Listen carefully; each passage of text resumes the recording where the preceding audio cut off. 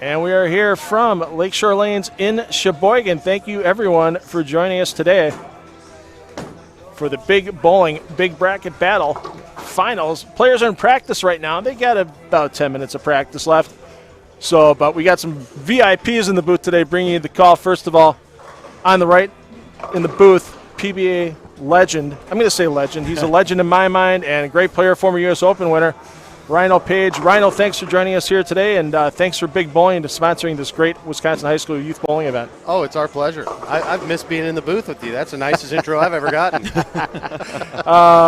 And then, boy, you talk about somebody that really has helped Rhino's game for years, helped a lot of players' games for years, and he's created champions. Ron Hatfield. Ron, thanks for joining us today as well. Thank you, Phil, and I echo what you said about Rhino. I might be biased, but he is a legend. So we've got 5 players, we've got 5 boys, and we have 5 girls warming up here. So you see the girls warming up right there. Let's get you over to the boys warming up for a little bit. We'll get you some lineups here. Now you saw 4 of the players last week qualify in each of the divisions for our top 5. The 5th bowler in each division came out of the clinic that was run here this weekend by Rhino and Ron. And guys, talk about a little bit what happened during the because you had a lot of players in Wisconsin come up for this clinic, and it was a pretty intense 6 hours for some of these young players today already. Well, yeah, we decided, well, I don't know if we decided, but it was going to be a subjective decision on who was going to be representing them from the clinic today. I volunteered, I think. Is that the way it went, Rhino? Yeah. Okay.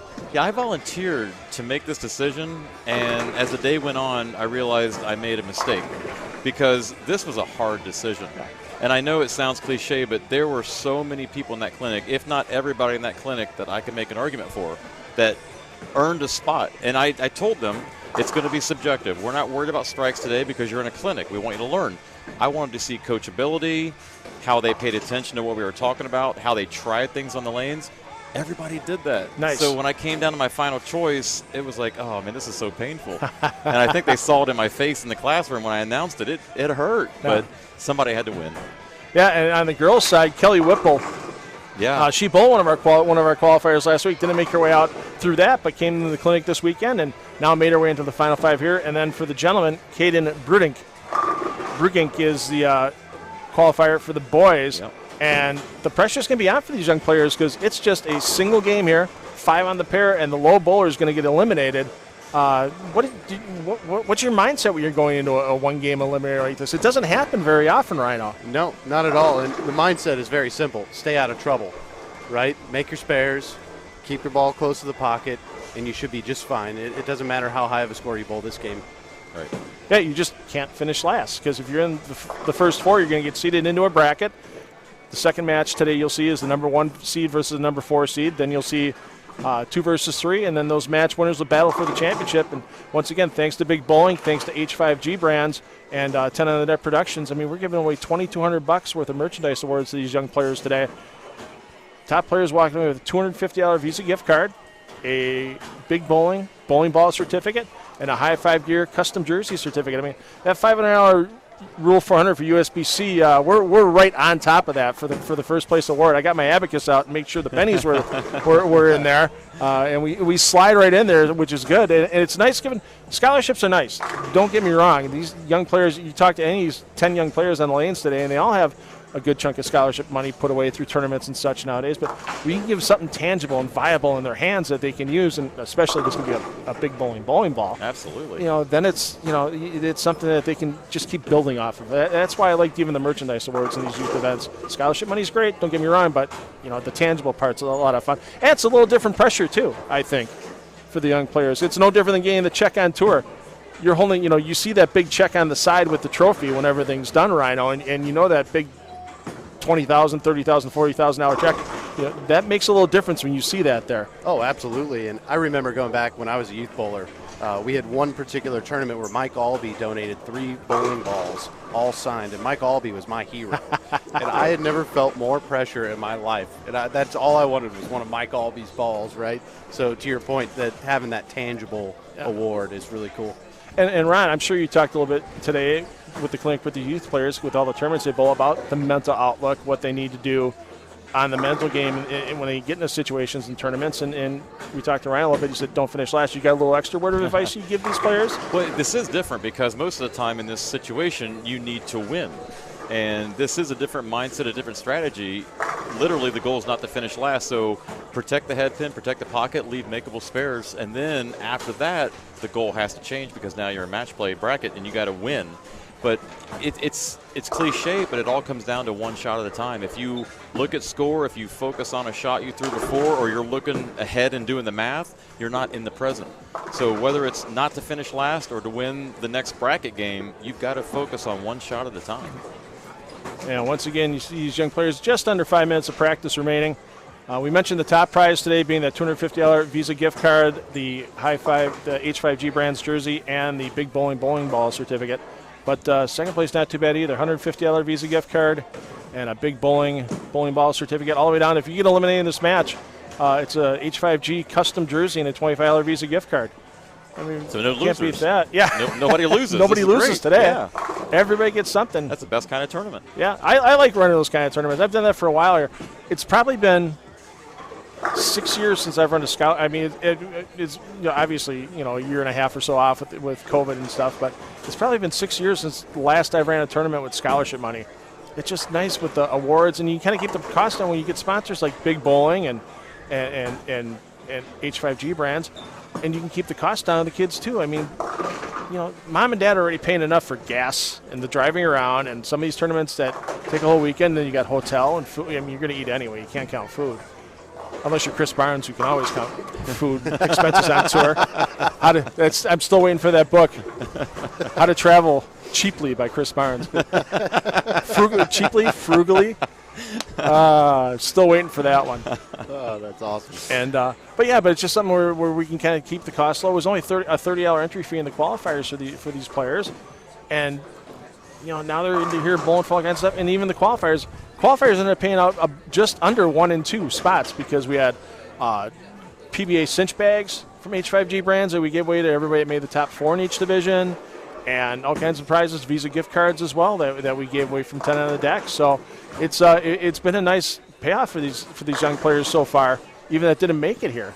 So, and we're really looking forward to see who gets these prizes on top. And gentlemen, we both had a chance to, or all three of us have had a chance to watch the styles out here, and got a couple lefties on the boys' side. The girls, we got one lefty, and I always root for lefties in the booth, just so everybody knows. It's a running thing. I always root for lefties and cheeseheads. When I was on the senior tour with Extra Frame and Flow Bowling, I always root for Lenny Boris Jr. Modified house pattern really doesn't give any player an advantage, does it? It doesn't give a lefty or a righty or a one-hander or a two-hander advantage because the pattern's kind of opened up, and there's a lot of ways to get to the pocket. You think so, Rhino? You think that's going to be the case? Absolutely. In fact, I always prefer to modified house shot, right, because it's a little more blended. You don't get the big overwall going on early on. And, so we should see some good scores, without a doubt. Yeah, and it's going to be a nice challenge to see who can match up better to get to the pocket and carry better. Who can actually create those angles and the ball choices and whatever physically they can do to get to the actual pocket and create carry, because getting to the pocket area is not going to be as tough as some other patterns they might bowl on, but it's going to challenge their mental game and their physical versatility as to how they can match up better. So just about a minute and a half of practice left, and you can kind of tell, I think everybody's kind of getting ready to go here. Everybody's throwing the last spare shot or two. We're trying that one last ball and get their range into the pocket. And it's nice to see once again the variety of styles out here for youth players. We're not seeing everybody out here that's two-handed like we've seen in some cases, and you see all two-handed PBA Tour shows. Various styles for the girls as well. There's a couple of what you could almost call power players to the ladies out there as well, with Mackenzie Matisse is one of them, and we see a little higher rev rate. We had a couple during the qualifiers too. Still waiting for the first two-handed girl to make the qualifier. So we had one earlier in this qualifying, but she didn't make the final show. And actually saw one. We covered the Collegiate Conference of Illinois and Wisconsin Conference Championship back in March, and there were a couple of two-handed females in college, so that were from Illinois that needed that one of them had just started, and you could just tell she was a little rev dominant, which is a little tough with equipment sometimes. But it was fun watching her all of a sudden start with the two-hand. She's only been in the two-handed game for a few months, and all of a sudden you just watch the rev rate. And it's kind of neat to see on the women's side of things. I've said it for years as a coach. I want to see more, and there's no reason there can't be. I'm still trying to figure out where the lull in this is, but there are so many opportunities for females to do the two-handed style, and I just want to start to see more of it. I was with Chuck Gardner, Chuck's Bowl for Life Foundation. He had a tournament in 2019 in North Carolina. We went down a live stream for him, and Kelly Kulik was in the booth, and Kelly came up. Kelly, we were talking about two-handed females, and he goes, "Yeah, tell somebody wants to strap on a bra and a couple of C cups once and see how that goes." It was her response. I'm like going, I don't know if that's really the key or not. Yeah. It's not a limiting factor. Yeah. I know it's not. So I think that might be like a myth, what people think, but it's really not.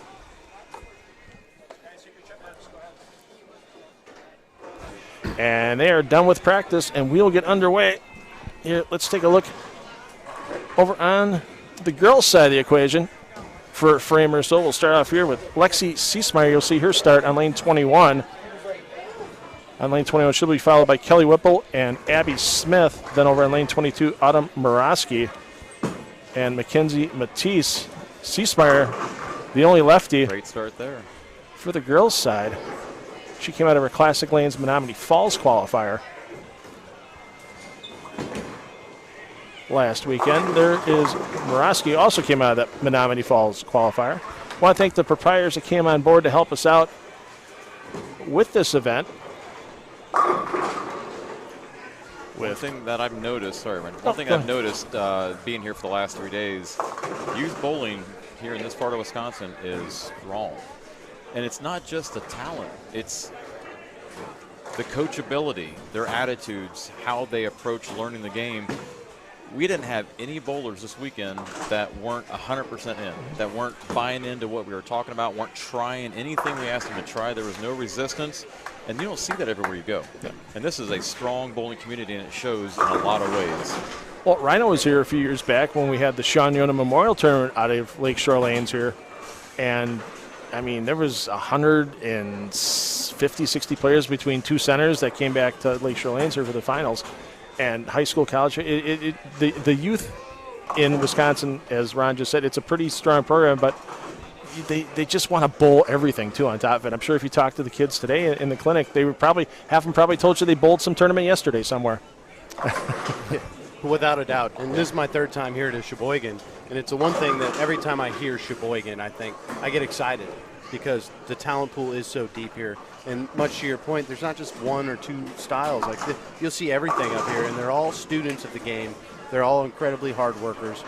In fact, we had multiple players were in our clinic yesterday and today. Yeah.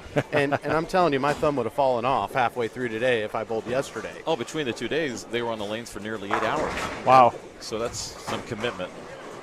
Well, here's our first chance to give away a $100 Visa gift card today for Autumn Murawski. As you see the 710 down on lane 21.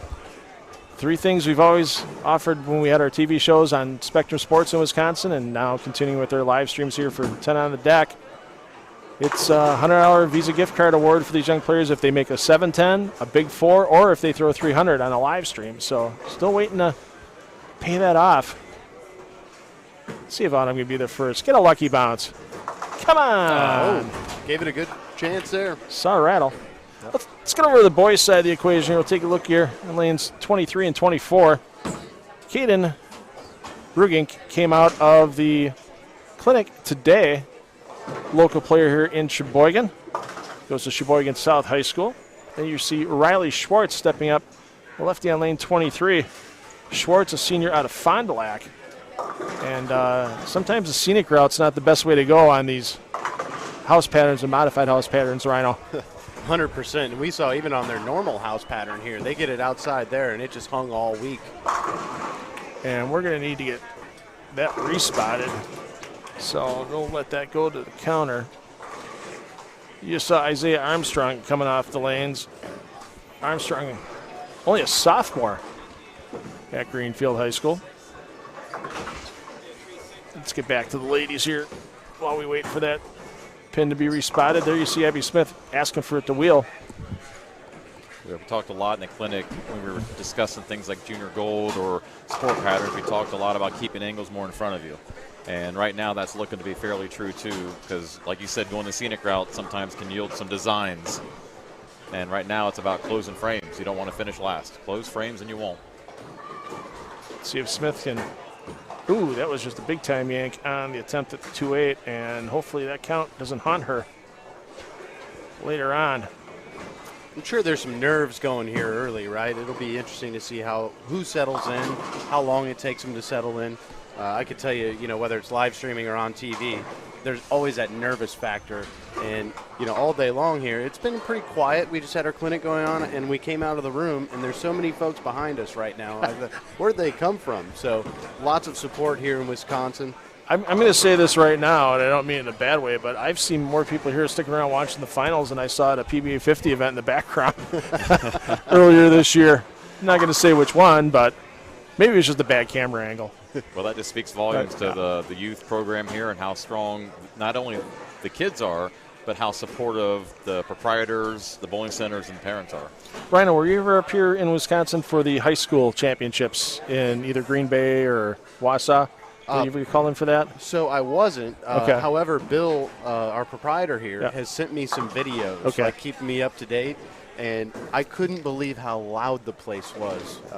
In fact, there was a two-handed girl that was in our clinic today that bowled and bowled a 300 game. Yeah. And that was the coolest thing ever. I was like, whoa, two-handed girl, this is awesome. And she bowled 300, and the place erupted. I thought I was actually kind of jealous because it's been a while since I've seen a crowd like that with COVID. And that's the thing this year at the Wisconsin State High School Championships. It was one spectator per bowler. They had to have a wrist, they had to get everything signed up in advance, get a wristband, everybody had to wear masks at the time. And it was still almost as loud as it was in other years. There's been times in Green Bay where they've had the fire marshal outside the door clicking the clicker and watching people go out the other door clicking the clicker to make sure that there's people sitting on top of soda machines, and it's just insane for that high school championship. I'm in Ohio, and high school bowling there is really strong. We have currently over 400 schools with high school programs. If you go to any high school tournament during the season or the postseason, there's two things that you will see, and actually I'm thinking about a side business of selling step ladders and periscopes. Yep. You're not wrong there. With my height, I would purchase one. The finals for the state team competition in Ohio, it's at Wayne Webb's Columbus Bowl, right? They're a host on the PBA Tour in past years. And I know one of the strong teams, I love going there, and I know it's one of Rhino's favorite places on tour too, Coldwater, Ohio. Oh, yeah. They're always good old strong. Playmore. Even when I retire, I will bowl in Coldwater. And I don't know if it's just because I enjoy pain or it's a special kind of pain, there's no doubt. Or the incredible hospitality of the people there. Oh, absolutely. Yeah. The people are just wonderful there. And every year, I used to laugh about this. I'd say I had a local regional in Florida, the closest one of the entire year, and I would always fly to Coldwater for their tournament. And I'm like, oh, this is no offense to you guys, but like Coldwater just does it right. And it's so great to see the people year after year. Yeah. Rick and Linus Hardings, I'm still gonna be going to that one. It's on my calendar, whether I'm working it or whether I'm just gonna. I'd rather spectate it this time around. It's a great place to just hang out, and they do a great barbecue for the fans and the players, and the patio they built on the Playmore lanes. It's really, really nice. That's one tour stop I tell everybody goes. Oh, let's go to Portland. If I want to go to Portland, go to Coldwater. Yeah, you'd be pleasantly surprised. Go to Lubbock, Texas. Go with Jimbo and Sunday Evans at South Plains Lanes. I mean, they're going to have two PBA events this summer with the PBA 50 and the regular tour, and they're going to pay out $15,000 on top. It's one of the bigger prizes on that summer tour for the guys. And we got another respot. We're going to have to get that issue fixed on 23. And Coldwater kind of brings out why preparing on tougher conditions matters. These high school kids that come out of Coldwater that win so many state titles, they have great coaching there, but they bowl in such a difficult environment that they're prepared for anything when they go out there and see it. And so a lot of the times we have clinics like today, and we work with these young players, and we try to push them to try things that are outside their comfort zone. And it's hard at first, but when you put the work in and then you see the need for it, you got it. So there you see Abby Smith go high. Right now, bowler in trouble of being eliminated. Looks like it's Autumn Morosky on that pair. She's on 43 in the fourth for the girls. Boys are only in the third frame, so we'll get back to them. They got another pin setter issue they're going to fix on that lane. And with Bill Hilbert and crew here at Lakeshore Lanes, it's not going to take long to get things fixed and on top of. Nice split conversion there. How much in the clinic did you talk about spare and split conversions? How much time would you say goes into that? We did a lot on the spares yesterday. Okay. Today was more about, we talked about advanced versatility. We talked about topography and how to watch ball motion to see what's going on. We talked about the pocket and then how to adjust for when you're not carrying. Okay. So we had a slightly more experienced group today, so we talked more about non-physical things other than the versatility. But a lot of the players today, they were so good from stance to foul line from A to B, but they had never really worked on versatility to change ball motion. Okay. And so we have a lot of them going to junior gold, and they're all, like most youth bowlers, freaking out about the 5-ball limit. Yeah. And so we tried to calm them down by saying, listen, you have 5 balls. Hopefully one's a plastic ball. You have 4 strike balls. You can make those 4 physical balls look like 20 different ball shapes with some basic versatility. So we worked on that a lot today on the lanes. A lot of them got it. Really, really good. Good cover there by Whipple. She's one of the players that came out of that clinic today. And we got another chance here for 7-10 conversion. This time Isaiah Armstrong going to be trying to make the attempt in lane 24. And Rhino, on the tour, when you're getting a lot of 7-10s, what's the change you got to make out there? Well, there's never really the perfect recipe, right? Because there's so many variables. One thing we did talk about today in the clinic that he brought up was the pocket, right? And Ron has a new book out, Bowling Beyond the Basics, and there's an entire chapter on this where the pocket isn't the pocket is what it's called.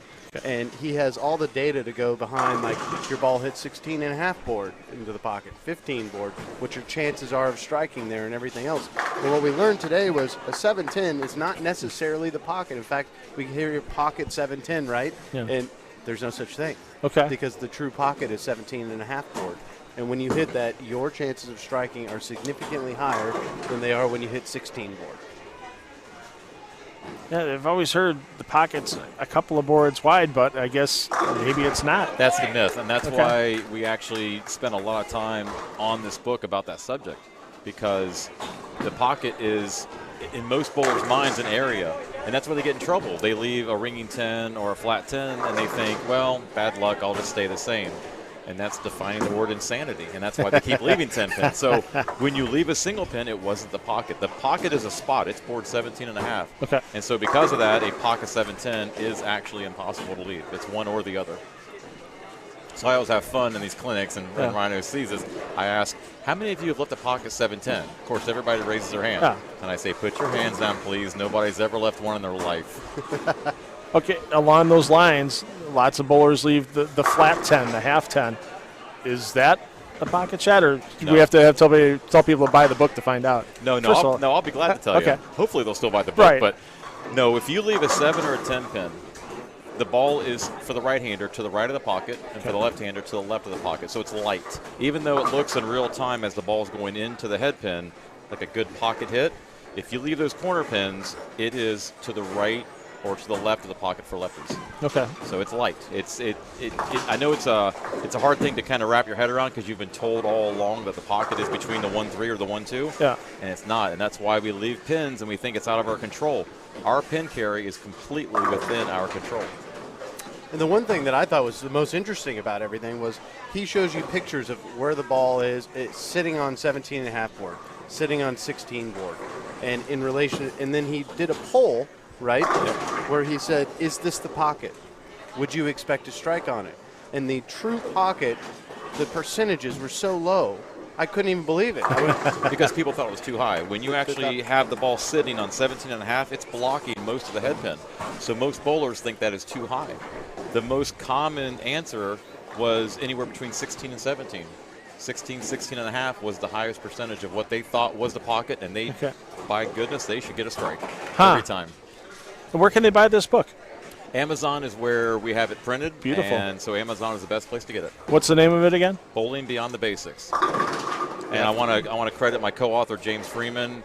He is the mastermind of the science and math, and without him, no way I could have done this book. He is incredibly intelligent. I'm not exaggerating when I say genius level. Okay. And he just happens to be a good bowling coach along with it, so it was a great combination. Yeah, and I want to also add, this is not a subjective book. That's what really captivated me, right? This is all based on science and mathematics, and it exploits many myths that are in bowling that I personally, when I'm reading some of these chapters, I was like, wow, I didn't even know that. Okay. Well, and what I tell people is I've been coaching for a long time. It took us 3 years to research and write this book.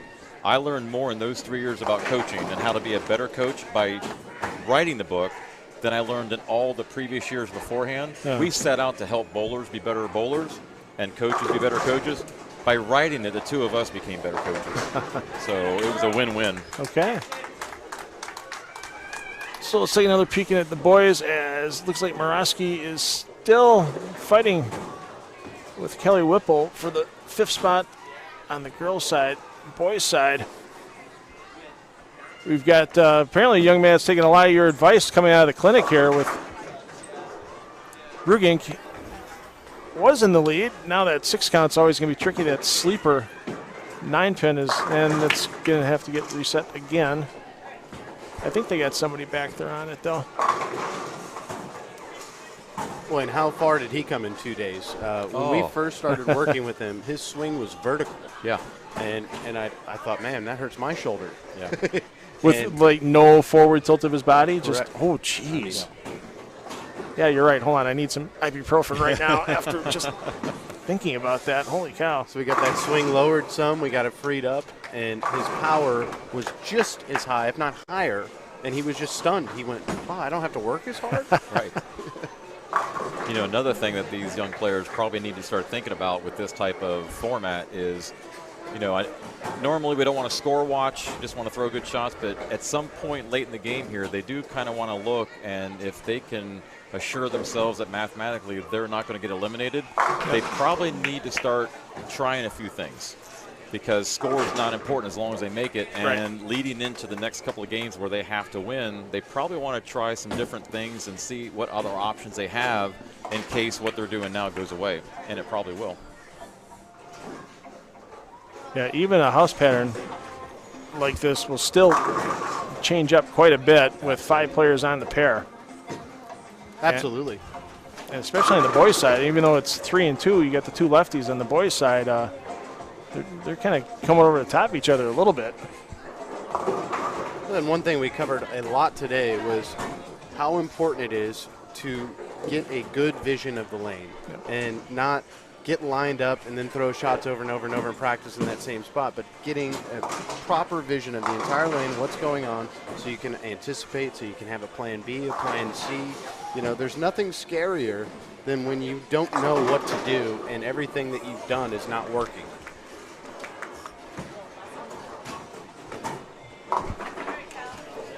So let's get back over to the girls' side of the equation, as they're going to be stepping up in the 9th frame. Actually, Seesmeyer already in her 9th frame. And there's a lot of 9s up there for Seesmeyer, and actually right now that's not a bad thing for her because she's filling them all in. She's got 9 frames, only 2 strikes, 7 spares, so that's huge at this point in time. But she's got to probably find something before she gets into the actual head-to-head match play. Yeah, you know, and the lanes have obviously changed a little bit. A lot of these players, most of them were striking quite a bit in practice. So you have 2 things now going on. You have the stress of the competition where they didn't have that in the practice, and then you have the lanes changing, so they're not seeing the same look as they were seeing, 20 minutes ago. So when they know they are safe, they do need to start trying some different things if they want to be ready for the next match. So right now, looks like Matisse and Seesmeyer leading things up here. Seesmeyer definitely going to make her way into match play because she's going to be in the 180s even with an open. Morosky's still trying to hang tough though right there. She can still get to 193. And it's down really a battle right now with Kelly Whipple, who just struck in the 9th, and now Abby Smith has to bounce back off this open on lane 21.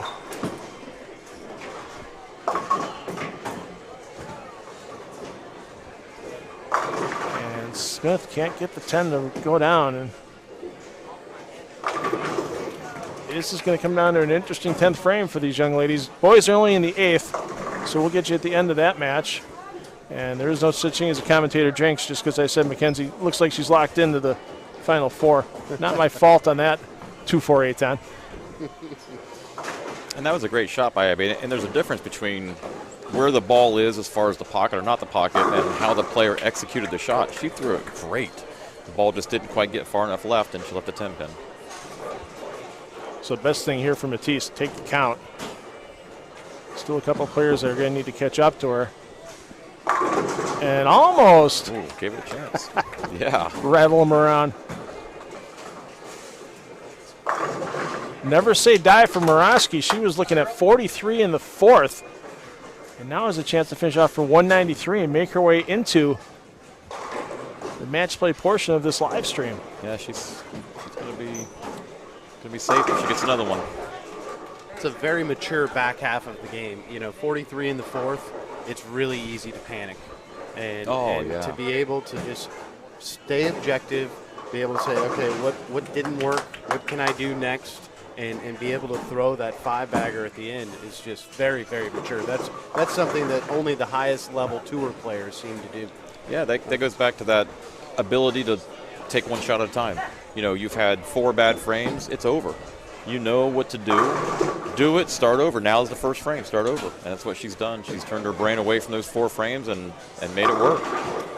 Well, how many times in major competition on the PBA Tour where you're bowling on a U.S. Open type condition or now with the multiple conditions where you're moving pairs and all of a sudden if you can stay clean the first 7 frames, you can still pop off 230. And a lot of guys that go out there for the first time and they've made it as an amateur qualifier where they don't realize that. And then you see the guys like the Belmontes and you and other pros out there around that know that, hey, I can still make a game out of those last 3 frames if I put 5 in a row on the board and stay clean. Yeah, I once heard a story about Jason Belmonte and how he looks at a game of bowling, and he gives himself the first 5 frames to kind of get a feel for the pair. And at that 5th frame, he analyzes, okay, what can I actually do here? Like, can I bowl 200? Can I bowl 230? And he sets the bar for himself, and he uses that bar as his plus minus. So he's like, oh, I can get 230 on this pair. He gets 250, he's plus 20. And I thought, wow, that's really intelligent way of looking at things. And if you notice, you've watched Jason Belmonte a lot being in the booth. He goes back 6 more than anybody I've ever seen in my life. So true. He's patient. Very patient. And sounds like an easy quality, but it is not. Well, you think of 24 games of bowling for qualifying in majors, and I mean, you think you can afford to be patient, but a lot of players, you said, a lot of players aren't patient even with that many games in. 15 games at the Masters. It's tough for guys to stay patient. Right. A lot of them look at it as a sprint and not a marathon. And it's a marathon. You've got to be patient, figure out what's going on, what you have to do, and then you can start to rally off the strikes, but you can't win the tournament the first game. And that's what a lot of players try to do. Well, looks like Murawski and Matisse are going to find their way in. Seesmeyer as well with her 194 is going to be the top qualifier for the girls in this game. So you'll see Seesmeyer come right back in next match, and now it's down to Whipple and Smith. It's a big shot for Whipple.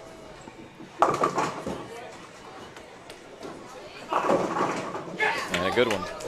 And rattles everything around. And I think Rhino has seen this on tour where you can't win a tournament in the first game, but you can lose it. You can lose it. And it's more mental. I mean, if you get so down on yourself that first game, you're not going to recover. I'll never forget, I'm reminded of my one trip to Arkansas, to Jonesboro. Started 289 the first game, and I'm thinking, oh, yeah, here we go. And, in fact, I was traveling with Norm Duke this week. He bowled 140 in his first game. Would you believe he had me by 200 after the 7-game block? I do believe that. I went 289, 130, and I thought, wow, how quickly things can change. And I don't believe that from the standpoint of you falling apart. I believe that from how good Norm Duke is. It might have been a combination of both, too. I wasn't going to say that. So on the boys' side, they're in their 10th frame. We'll get you over there once Whipple throws this ball. And she will end up with 172. What a big 10th frame that was. Which means Smith's going to need a mark in 9. 9 spare No, strike. 9 spare strike, yeah. You're right. And I can tell you from bowling the TSC and getting a 4 count, it's a little harder than you think. I'll never forget that shot.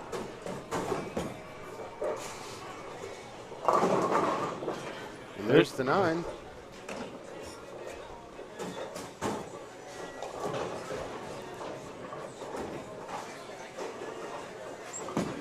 Rhino, I was over in Ukraine watching that shot in the middle of the night.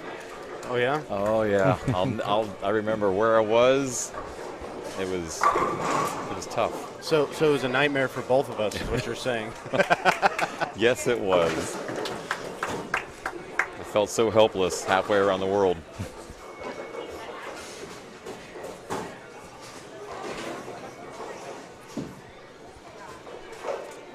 Oh, fast 8.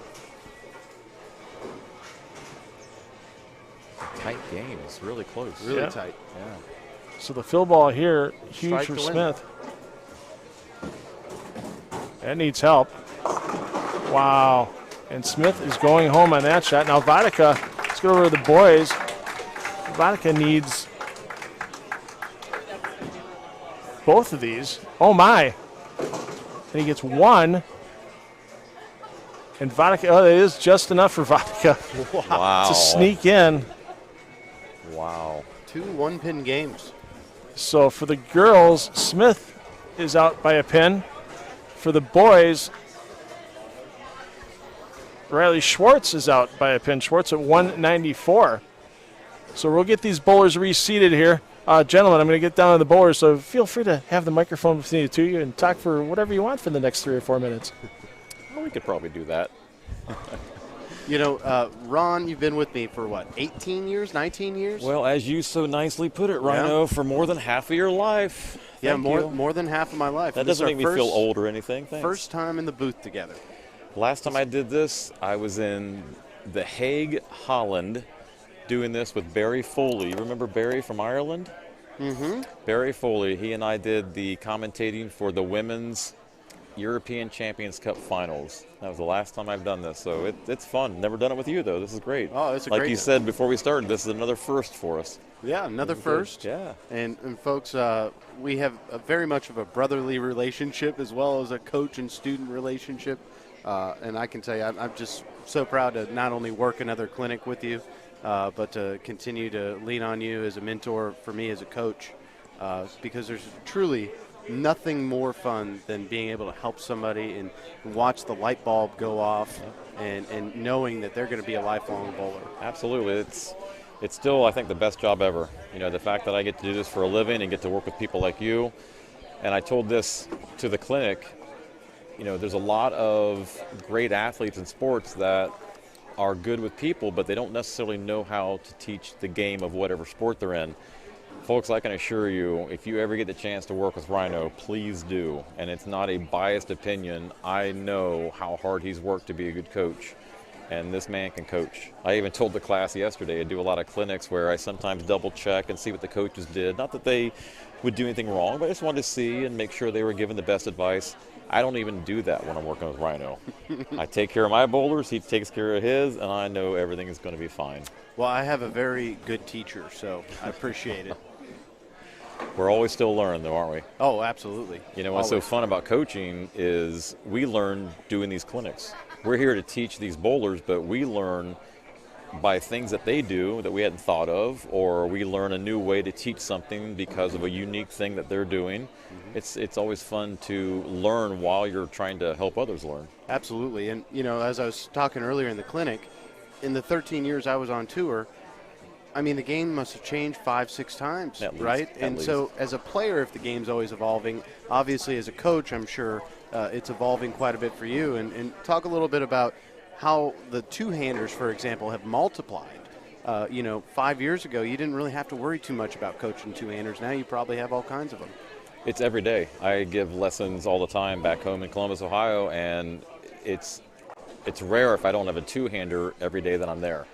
And what's interesting is that I'm seeing not only a lot of young one-handers convert to two-handed or young bowlers start bowling two-handed, I'm seeing more adults, which in that case, most of the time, it's them converting from one-handed. But they see their kids or they see other youth bowlers throw two-handed, and they think, why not? I'll give this a try. And I like to see that because I think a lot of the myth early on in two-handed was that it was a young person's game. And I couldn't disagree more. If you do the two-handed style correctly, relatively correctly, with good fundamentals, the risk of injury is, in my opinion, no different than one-handed. So to see a lot of adult two-handers give it a try and to know they don't have to have a sore back because of it, it's very enlightening and encouraging for me to work with them as well.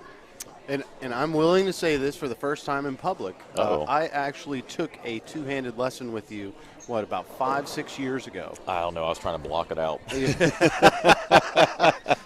Yeah. Needless to say, you haven't seen me bowl two-handed on TV or on Flow Bowling lately, have you? Yeah, for those that are listening, there are very few bowlers that I work with, and they're saying, hey, Coach, I want to show you my two-handed style. A lot of times I'll watch that and go, you know what, maybe we should talk about that as an alternative way of bowling. In fact, I had a young lady that was going into her freshman year of high school, and she was bowling one-handed.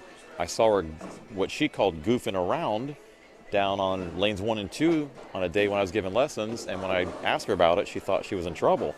I said, no, you were looking pretty good. Is that something you enjoy? She said, yeah. I said, well, let's work on it. We worked on it, and her freshman year, she won the state high school championship as a freshman.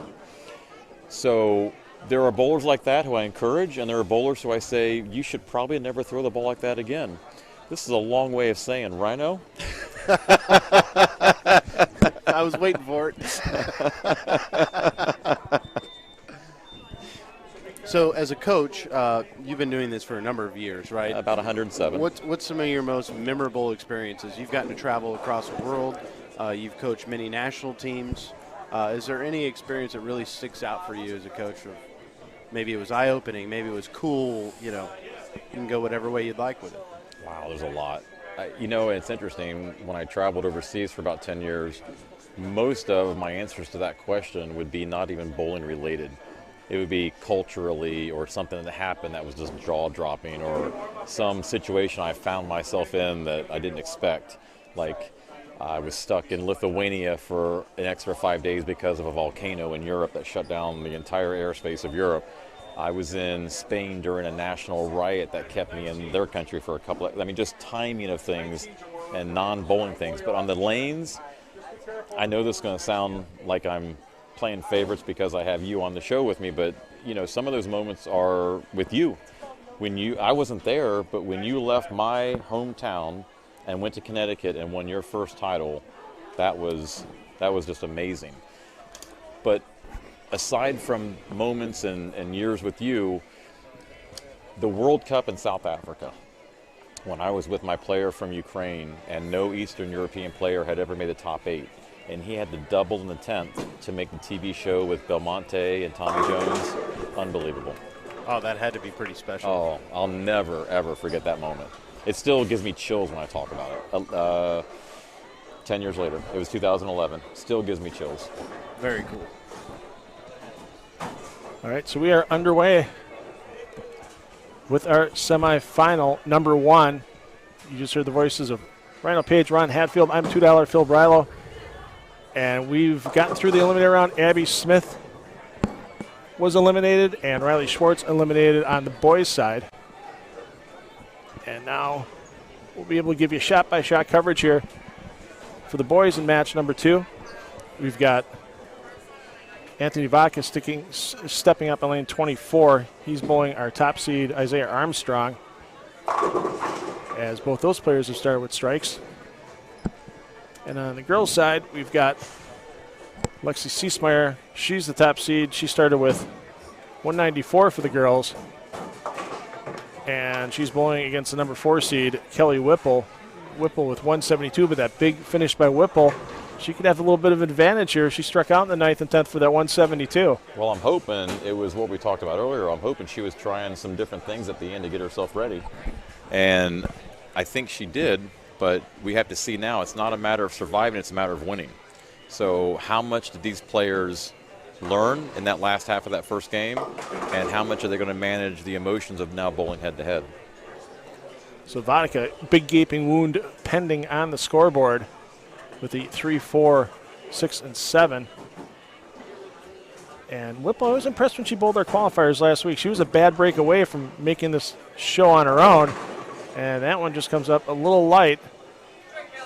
And that one looked like it doesn't take much belly in this modified house pattern for that ball to just not pick up properly at all. I was waiting for it to pick up, and it just didn't do it. There was a bowler in the clinic who is here virtually every day, and she told me the 2-8-10 and the 2-10 are common leaves because of that outside, like Rhino was talking about. That outside doesn't have an extreme amount of friction, and so we get those balls coming in a little bit late. And the ball doesn't get there for Whipple. That's a first frame open. Armstrong's going to give that open frame right back to his opponent.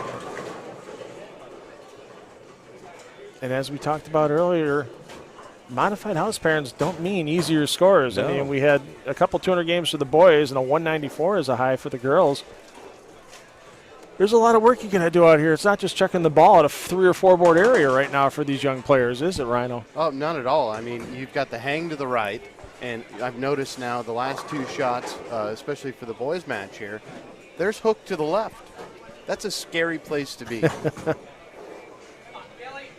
Nice shot. What a good recovery. Sometimes you throw that back 5, back 6 to get through a match, and then there's that little bit of letdown that next first frame. You're like, oh, I'm there. And for just one split second, you lose a little bit of focus, or you don't rotate it as well as you want to, and then it's like, oh, hey, wake-up call, back to reality.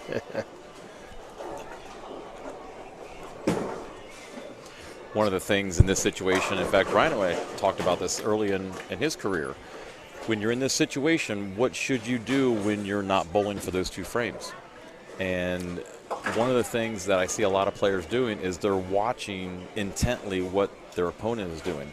And I see that as a huge disadvantage because unless they're totally lost, which they're at this point, they shouldn't be lost. But if you watch a bowler that you're bowling against and you see their ball hit the pocket area, one of 2 things is going to happen. And in my opinion, they're both detrimental to the bowler watching. One is they're going to throw a shot that looks phenomenal and you're going to get intimidated. And secondly, you're going to watch them throw a shot that shouldn't have struck but did, and you're going to get angry. So usually the act of watching a bowler, in fact, Rhino, you probably remember this, you were watching, you're left-handed, you were watching the righties. And I'm like, well, you're not learning anything about the lane play. But you were reacting. I could see you reacting to what you saw them do. And it was taking your mental game away from what you had to do. So, not watching what the other bowler is doing and focusing on your next shot, I think, is much more advantageous. And I think after we had that talk, you started doing that so much better. You put your head down and you were visualizing and you were getting ready for your next shot. Yeah, I mean, at the end of the day, number one, there's no defense in bowling, is there? No. Outside of, if you have enough time to where you could throw a ball to maybe give yourself a better advantage and maybe hurt your opponent at the same time. But as a left-hander, I don't get that very often. And second of all, thank you for that advice, because I'll never forget in the mini eliminator, I made the final match, and it was such a big deal for me at the time as a young amateur player. And I just had my opponent down. My opponent needed a double to win. I had my head down. I'm like, well, you had your opportunity. And sure enough, strike. And so I shook their hand, congratulated them. I did not know that it was Brooklyn, Runaway Brooklyn. And until my great friend had to tell me that an hour later, I would have had no clue. But, at the end of the day, it's truly helped my game a ton. And I encourage players all the time, the same advice is, hey, look, unless you're trying to figure out what the lanes are doing, stay in your own place. Don't watch, Visualize, think about what you're going to do, but don't watch, because usually it's not a good feeling or emotion that comes from it. So let's see what Armstrong can do. He's fighting back off an opponent double. Hey, why not go to the well? Speaking of Brooklyn, You can't give it back. USBC rules say it has to stay on the scoreboard, as much as they might not be proud of it. in competition, it's not how, it's how many. I call that a good miss. That's right. Because technically, isn't there 2 pockets? I guess technically there are. Yes. The question is, how good are my misses? If I can miss and strike, it's going to be a good day. Vodka looking for 3 in a row. That comes up a light, and There's that common 210. And again, the miss left overhooks, the miss right hangs. You can see they're a lot tougher than what you would expect for a modified house shot. and these young players know right now, this isn't, they're not competing in some Sunday afternoon youth tournament where they got their friends there and they might have 1 or 2 people watching, and that's just a bad break for Vodka. Overcuts it. They know the people are watching on the live stream right now, the friends, the family, the future opponents. They know they're watching. I mean, we've had so many kids come out of, back when we had the cable bowling programs in Wisconsin and on the live streams. I mean, A.J. Johnson came up here all the time, and he bowled. And Nick Crummell and Nick Pate made a couple. Marshall Kent made one of our shows when he was bowling at Robert Morris. Jacob Kent, who, you know, Doug Kent's son, same thing. I mean, we had so many quality players, and you could see the difference when the lights are on, the cameras are on in front of them and behind them, and they know what's going on right now. Oh, 100%. It's just like, if you're a local league bowler, how many times have you struck every ball of warm-up, and then the lights come on, and it's like, wait, how did I just throw all those strikes? Right. Whipple gets the count, so that's going to leave her down by about 25. Still half a game to go. Ciesmeyer, No reason to panic. yeah, Ciesmeyer just plugging along. She's not doing anything spectacular, but at this moment you don't have to. See what Vodka can do here on the 10 pin. Those 10 pins are so easy in practice, but in situations like this, not so easy. And Whipple gets everything thrown to the left. And she keeps herself within a quarter.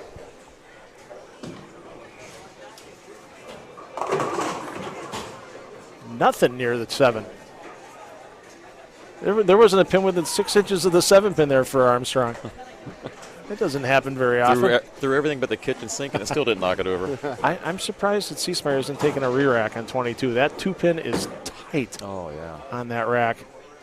Well, I guess she played the rack. She knew something we didn't. Oh, when you hit the pocket, right? There you go. That was a proper pocket There shot. you go. And unfortunately, now for Armstrong, wheels are coming off a little bit. Kind of rushed that 7-pin attempt. And I think that's one thing that gets overlooked by some of these young players starting off is you got to have that pre-shot routine for the spares as well. Yeah, absolutely. I talk about it all the time. The 2 biggest reasons on why you miss those single pins, number 1, you react emotionally to that first shot, right? And you don't take the time to just take a deep breath and then look at it as a whole new shot. And number 2, you're still thinking about why you left the pin in the first place rather than, okay, we'll wait till in between shots to do that. Yeah. And so Ron has always talked about like a pre-shot routine, right? Which is that time in the bowler's area to just, that's your time to, what am I going to do here? Why am I going to do it?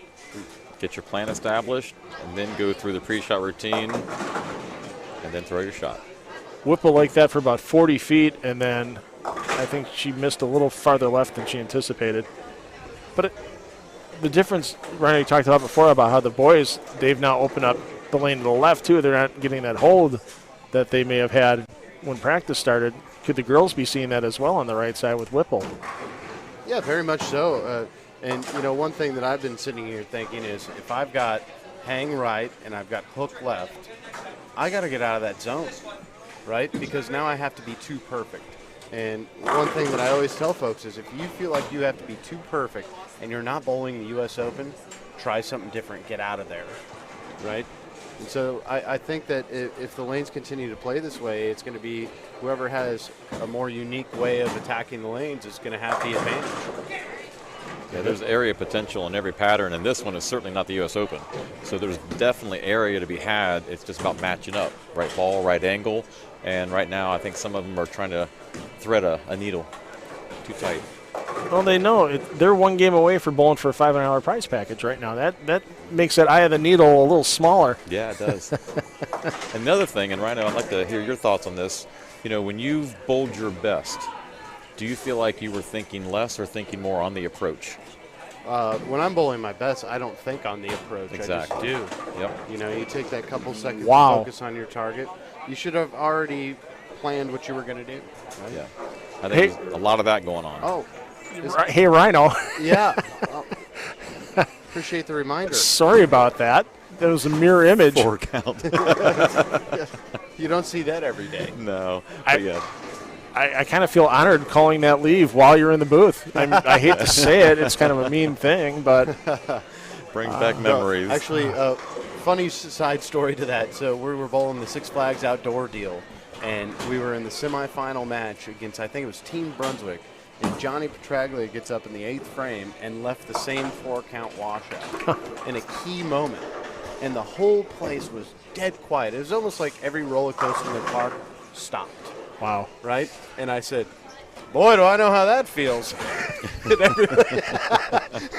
It was like a delayed laugh. Like, can we laugh at that? Right. And only 3 on the pickup attempt. And, wow, Armstrong takes the lead on the bench. Keeping it close. Seaspire just keeping a clean scorecard. Once again, she left the 7-pin. Now she leaves a blower 10, but she's well in command in that match. You don't have to be spectacular in what you do on the lanes. You just got to do it well. Yeah, and right now it's about closing frames for her. Just to secure the win, just close some frames and move on to the next game. So both these players, between Armstrong and Vodka, they miss right. It stays right. They miss a little left, and it's jumping face. That boys pair is going to be real tricky by the time it gets to that championship match in a couple more games. Yeah, seemingly they're playing a game of hot potato right now. Who wants it more? Yep. Well, that leaves 6 pins, the advantage for Vodka. It's now basically a 2-frame match. Whipple just trying to find something here for the strong finish. Ball change. And you could see right there how much friction has been developed in the front part of the lane in that zone. That ball hooked immediately. And so I really believe on the girls' side, the ones that can get a little further left away from that and use that to their advantage, that's going to be huge. And right now, these boys are fighting themselves. It's like, how do you jump a zone with 2 frames to go? I mean, that's got to be a tough call for any player to make, Ron, to jump the zone with 2 frames to go. It's a tough call for any player or any coach, and like we talked about with the clinic, everything you do as a bowler or coach is a guess. And sometimes the guess is really risky, or in your mind it's risky, and sometimes it's safer, but it's always a guess. But right now they have to do something. They're not creating area like Rhino was talking about where they are. They have to find another area, part of the lane, where they can have some more miss room. They don't have anything right now. And so right now oh my, that was different. I didn't see the 4-7 on your chart earlier today on percentage. We missed that data, I think. Yeah, you missed that data. They were both that was very interesting. airborne. They both jumped were. straight in the air. They were off the ground, yeah. Oh, Vodka needs this spare to stay ahead in the match. I think what I would do, these guys right now are so tight, they have to close frames. They can't have any more opens, and then they get more adventurous in the fill ball and maybe the first part of the next game, but they can't stay where they are the next game, whoever wins, or they will be eliminated. Absolutely. And for Vodka right now, I think you got number 1 priority, hit the head pin. You got a 6-pin lead. Yep. And it's a dead pull left. Well, you said hit the head pin. You didn't say which side of it. Manage it. when they're that hard and your opponent's struggling and you're struggling, make a spare and make them double somehow. Yep. It's going to be interesting to see the next game how the lanes are attacked. And I wonder if the other players were watching and getting some ideas on how they're going to attack the lanes. Yeah, players coming back in, they're going to get 2 shadow balls in each lane to deal with finding what changes may have happened. And Vodka takes advantage. And now it's just keeping on the lane, and he's going to the championship match. And how about this for Seaspire? It's not easy to put 20 clean frames out there in league or in a fun tournament. Now you're under the live stream lights and everything and the pressure of a big prize package, and she's got 20 clean. I'm impressed. That's an impressive game. Her dad, John, never did that when I bowled against him in league. I don't know if John's here or not, if he's at home watching, but that's right, John. You know I'm going to stick it to you whenever I can. What a great finisher in the 10th frame, by the way. They get to 167. Oh, wow, yeah. And with that, Vodka's going to advance over Armstrong. Not a bad day for Armstrong, though. He's taking home a $100 Visa gift card and a $25 H5G brand certificate.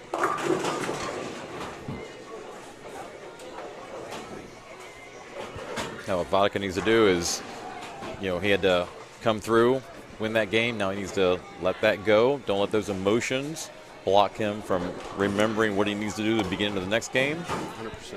He's got to start over again. And, at the end of the day, a win's a win, right? We don't think about the score that we won with. We think about getting the W.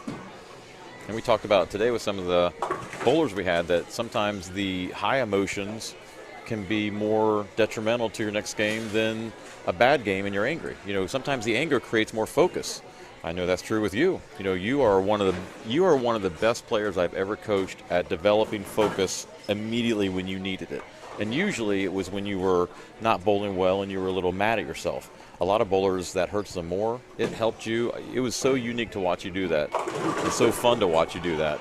But the good emotions of shooting a 300 or striking out to win a match, you got to manage that. Those high peaks are as bad, if not worse, than the low valleys as far as the emotionals.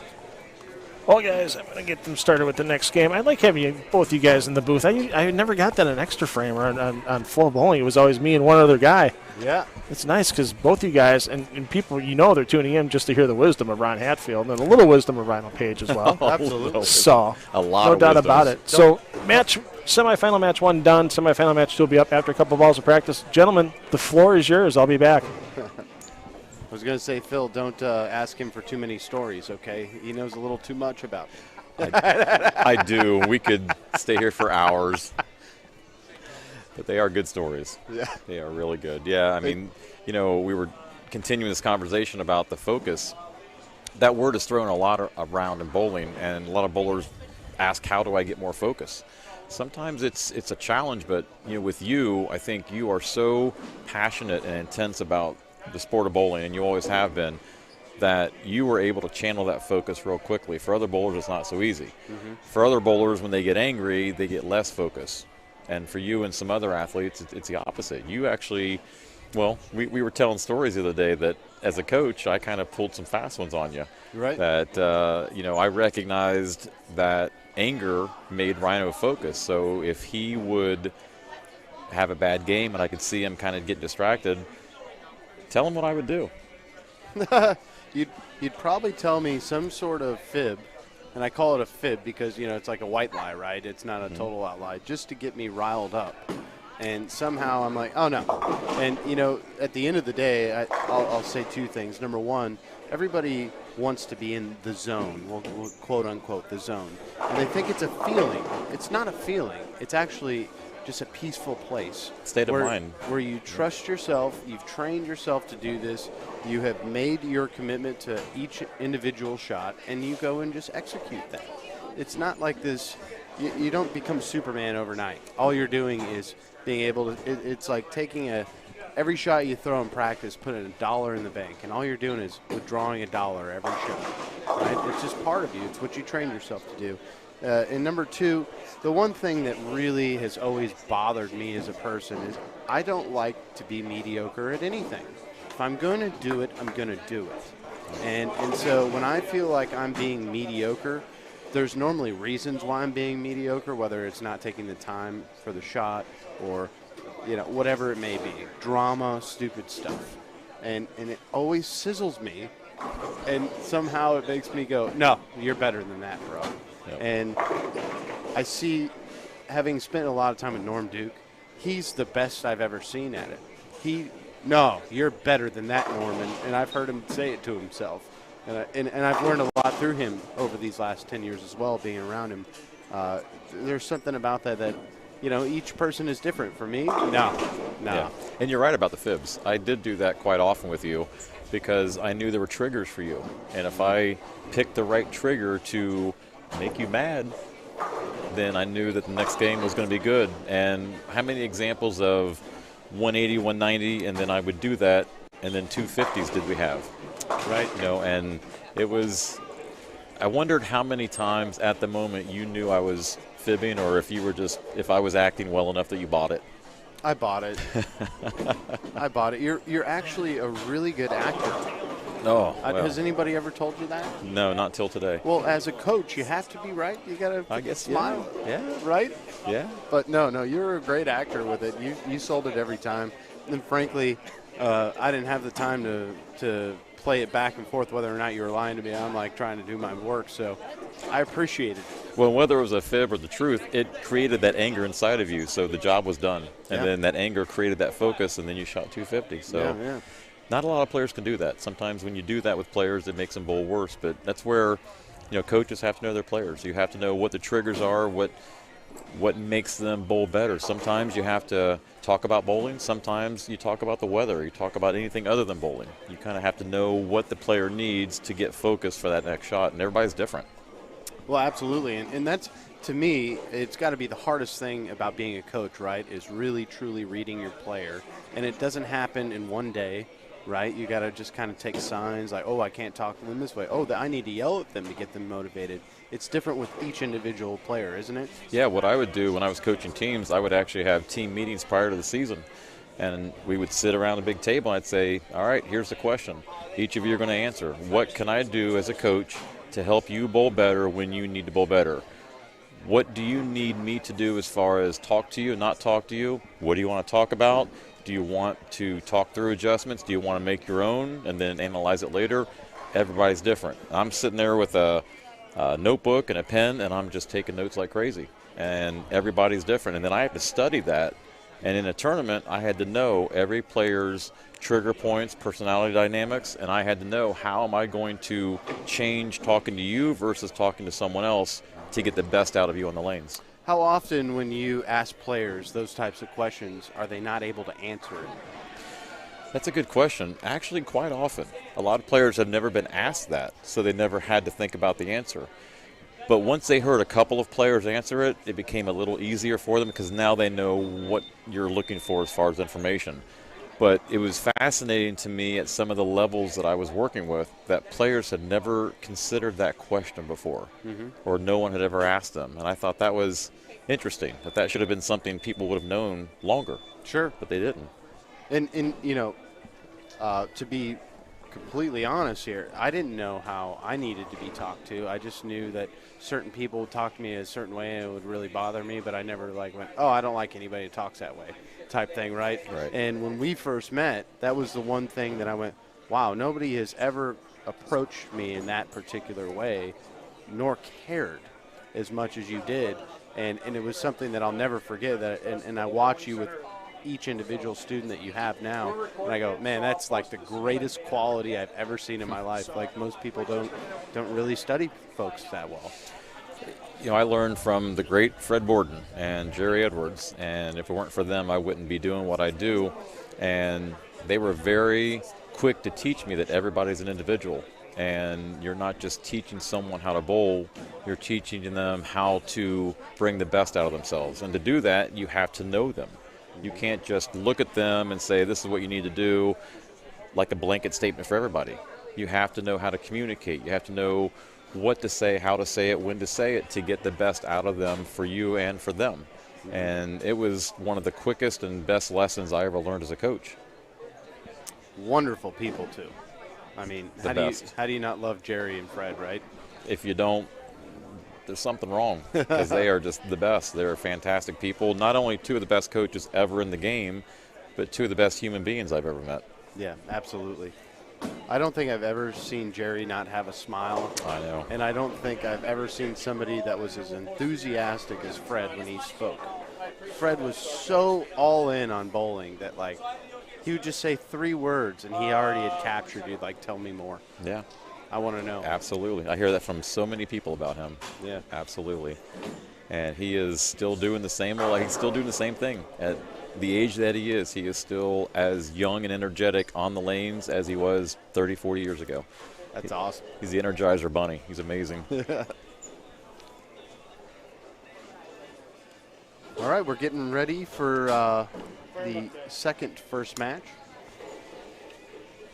The second first match. That's an interesting way to put it. I like that. I never got an A in English, okay? So I'm gonna say let's go with semifinal number 2. I think semifinal number 2. See, we got the pro back in the booth. there we go. Now we got the graphic up that even says semifinal number 2. And before we get to semifinal number 2, though, we've had a little chance to talk about big bowling so far, and there's a discount code out there right now. There you see it.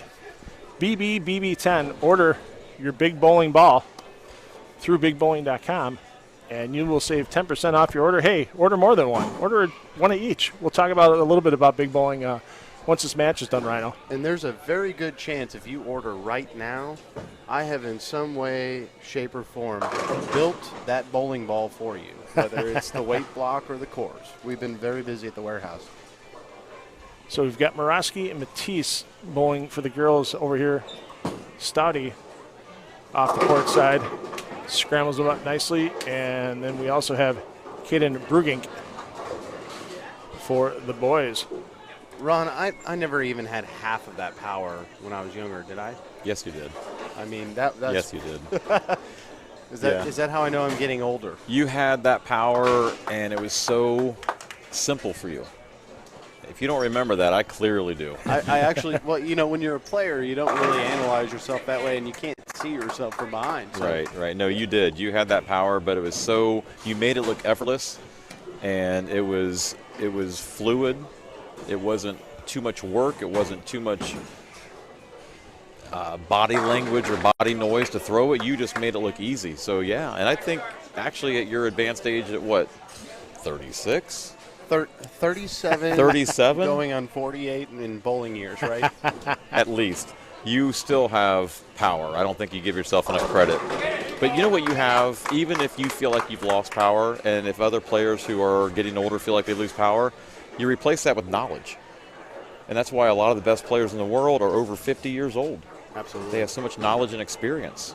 Well, isn't it funny how our sport has evolved where, you know, when I first started at the age of 35, you were like in your prime. That's when you entered it. Right. Now, if you're 25, you're entering your prime because the power has just overcome the sport and changed it in many ways. The sound of those pins, Yeah. that's power. There were plenty of tournaments, Rhino, where you deafened my ears with the sound of the pins too. So don't cut yourself too much credit there. You did fine out there. You had plenty of power. The athletic short memory.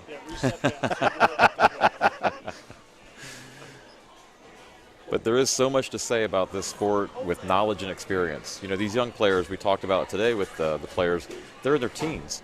They can't possibly have the experience that someone like you has just due to age. So as good as they throw the ball, imagine how good they're going to be in 10 years, even if they don't physically get better, just with the knowledge of playing lanes and making better choices. It's going to be phenomenal. And one of the great things about the sport is how quickly it's evolved from a coaching standpoint, right? Oh, yeah. You know, when I was growing up, we didn't have YouTube. We didn't have all of this, these different websites that had coaching material to where you could learn so much more, so much faster at a young age that I think it's just phenomenal. And you can see it now in this young generation, how good, how fast they become. Yeah, the coaching is so much better than it used to be.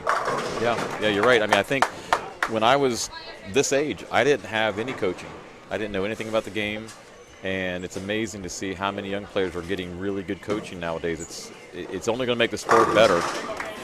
You know, we just came off a match where both pairs were struggling immensely, and now this is like, who's not going to strike first between the four players out here right now? I'd like to think they all learned from watching what happened before them.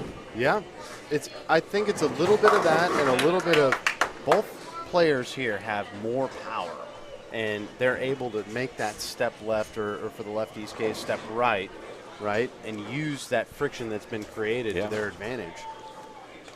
Well, let's see what Brugink can do here. Frame 4, looking for 4 in a row. Pure. No question. Great shot.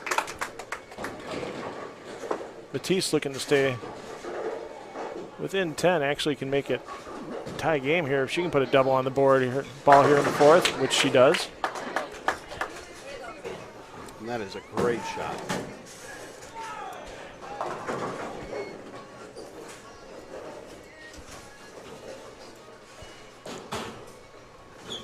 That was interesting for Stabby. First, the bowling achievement he's most proud of, his first 300 game when he was 12. 12. I was 21 when I had my first 300 game. I was 30. Well, I was 13, and it was kind of a fluke, meaning like I was so tired from boogie boarding all day, of all things, that I just didn't think that night, and it just happened. But the next one took many more years after. How many? 2.5, Yeah. maybe. And it was 2.5 of the longest years. It felt like 10. And by the way, boogie boarding, is that dating yourself right now, or is that still a thing? It is certainly a thing. I think it's still a Is thing. it still a yeah. thing? I I'm think born it's and still a raised thing. San Diego, man. All Like, right. I love the beach. Oh, and a great shot. It just seemed like he had a little extra loft on that shot, whether it was intentional or not. And so it creates a little bit more distance. The ball can't have time to finish far enough right, and he hit a little bit left of where he'd packed the other ones. So a little bit left of the pocket. Mackenzie Matisse, a couple of years ago, finished in 9th place at Junior Gold.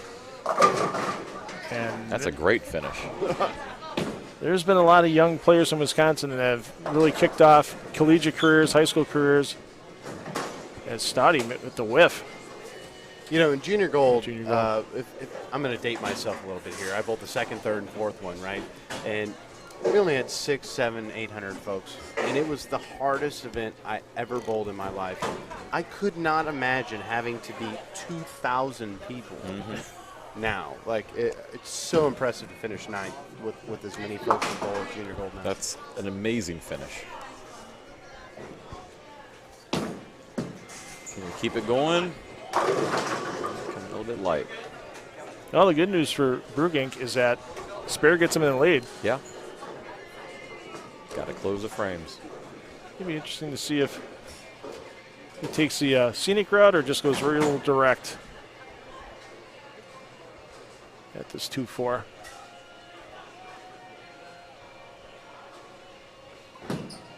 Going direct. It's the way to do it. It's the way to do it. So I felt like we were getting our report card as coaches, watching him shoot that spare, not knowing how he was going to do it. Right. We very much emphasize shooting spares straight unless it's a sleeper with all of our students. Take the lane out of play, Yep. Take it out of play. regardless of pattern. Fan of that as well. That's left. Oh, boy. That's a good miss. It was a target miss and a release miss. I think this young man has found the sweet spot on the lane. Yeah. Those are the shots. Even if I 7-pin, him 10-pin, as a player, my eyes get this big, and I go, oh, Boy. we're going to get him now. The eyes are like saucers. Yep. Good cover there, 10-pin lead for Brugink. Now we got Morosky stepping up, looking to get out with a handful here in frame 6. Morosky's favorite player, Liz Johnson. Not a bad choice. Not bad at all. I think Liz might be the closest to Throwbot that we have in bowling. I mean, she is one of the best shot makers I've ever seen. Oh, you're right. On either side, male or female, absolutely, yeah. Stoddy gets the messenger and a half there as the head pin went back to the left sideboard, tried getting all the way back to the right, stopped about halfway in the 10 stands.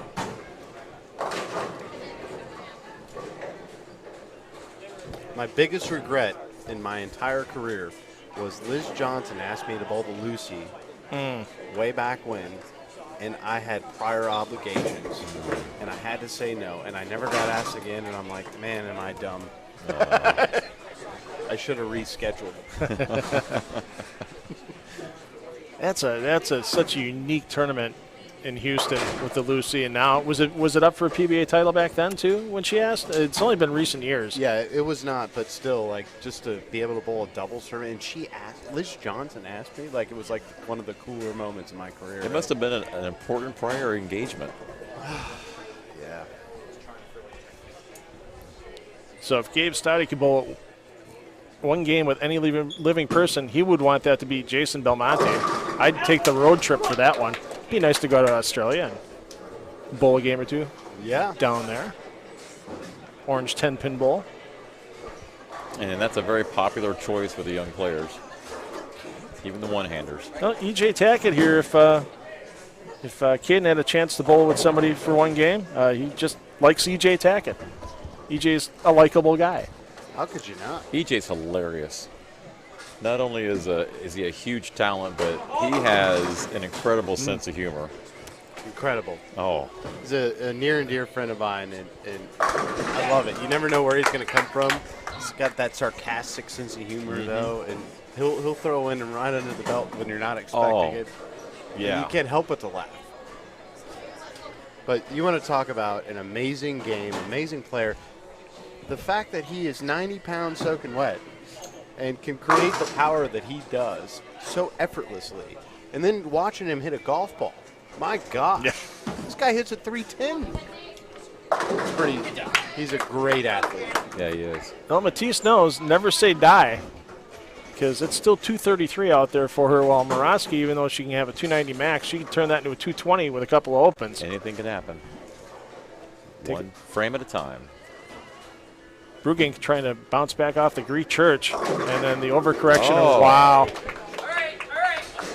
Got to take that. And I can see him looking at his thumb right now. The poor guy, he was in both sessions, Saturday and Sunday. He must have 30 games in right now. And just gritting it out. When he found out he was going to bowl this, did you see the first thing he did? He looked at his thumb. He was thinking, can I do this? I don't know if I can do this. Oh, he's going to try to make the best of this opportunity here. He's basically playing with house money right now. Yeah. I mean, it's no America Rooster illusion, but house money's house money. PBA team. Oh, I want that event to come back so badly. Oh, me too. The 5-person PBA teams in Vegas, those were such good events. Coley, if you're watching, it doesn't have to be league coming back, but bring that one back. Let the players pick their own teams. That was a fun event for a couple of seasons. That reference went right over Ron's head. Notice I didn't say anything. There's nothing I thought I could ever get past Ron, to be honest. The man's just a font of bowling knowledge. And Morosky goes to the well, keeps the string going, and she's going to advance to the finals. I think that was her dad that just said "really" in the background too. Like, come on, you carried that. Stouty goes long, and there's a break getting that 7-pin out. That is a big break. So now 236 max for Stouty. Brugink can step up, throw 4 more, and go to the final. So that match getting down to the 10th frame. Meanwhile, this one here is just what's Morosky going to end up with, and she will face Lexi Seesmeyer in the championship match. That's payback for the crossover right away. Instant karma. Never fails. You think, oh, I finally got a break. And the next frame, you ace one. Ring 7 for me. Ring 10. Yeah, these last 2 frames for Caden and the last frame from Gabe, it's been a really test their mental game right now, because this is coming down to the end. Who's going to make the best shot possible to give a chance at a strike? They have good area. Can they put it there? That's a negative. 3-6-10.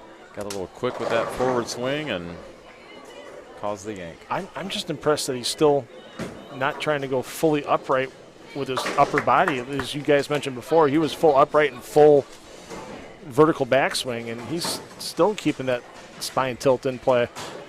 Usually it's a pretty easy, that's one of the easier habits to back out of right away. Uh-oh. Uh-oh. Yeah. I think that reminds me of like when I'm on the 17th hole, the tired swing. Yeah, that looked pretty tired there. Yeah, definitely. And he's definitely got some exhaustion going on for sure. And it's not just physical. I mean, we were in the classroom for 4 or 5 hours this weekend. So he's got a lot of stuff going on in the head, so he's mentally and physically tired right now. But it's no excuse. You know, when you're in these situations, you got to find a way. Absolutely. Got to find a way. Got to dig deep.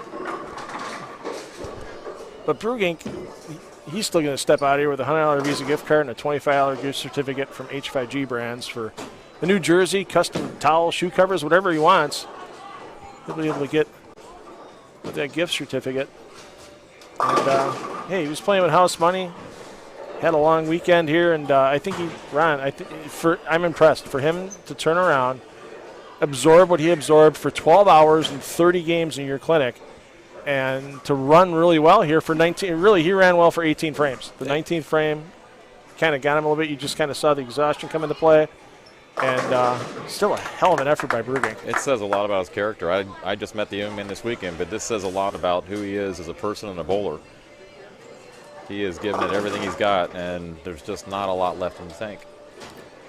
So with that, Brugink's going to finish in a tie for third and fourth. Stouty's going to go to the championship match. And for the girls, it's going to be Morosky battling Seesmeyer in the championship match. Matisse will take home that same $100 Visa gift card. She just took home a tournament title yesterday down in Illinois, so she's been traveling all weekend. Battled a pretty big field down in the Rockford area, and took home a youth title for a series down there. And I think she's on her way to one of the local youth series bowler of the year for the young ladies this year, which isn't bad because they like college girls bowl as well. So for a young high school player like Mackenzie, who's just a junior. Wow. And that's a hot bowling area down in Rockford. That's another mecca of bowling down there. So 187 for Matisse. She'll go home with that. It's great when there's tournaments and there's no losers. They all win something. This is fantastic. Well, we couldn't have done it without the help of Rhino. We couldn't have done it without the help of our host proprietor here, Bill Hilbert. We couldn't have done it with our host qualifiers, the Classic Lanes Greenfield, Classic Lanes Menominee Falls, Todd Molbeck at High Five Gear as well, H5G Brands. He's helped us with all the prize awards as well, and having all that support allows us to make a nice payoff like this for the young players. So it's really great.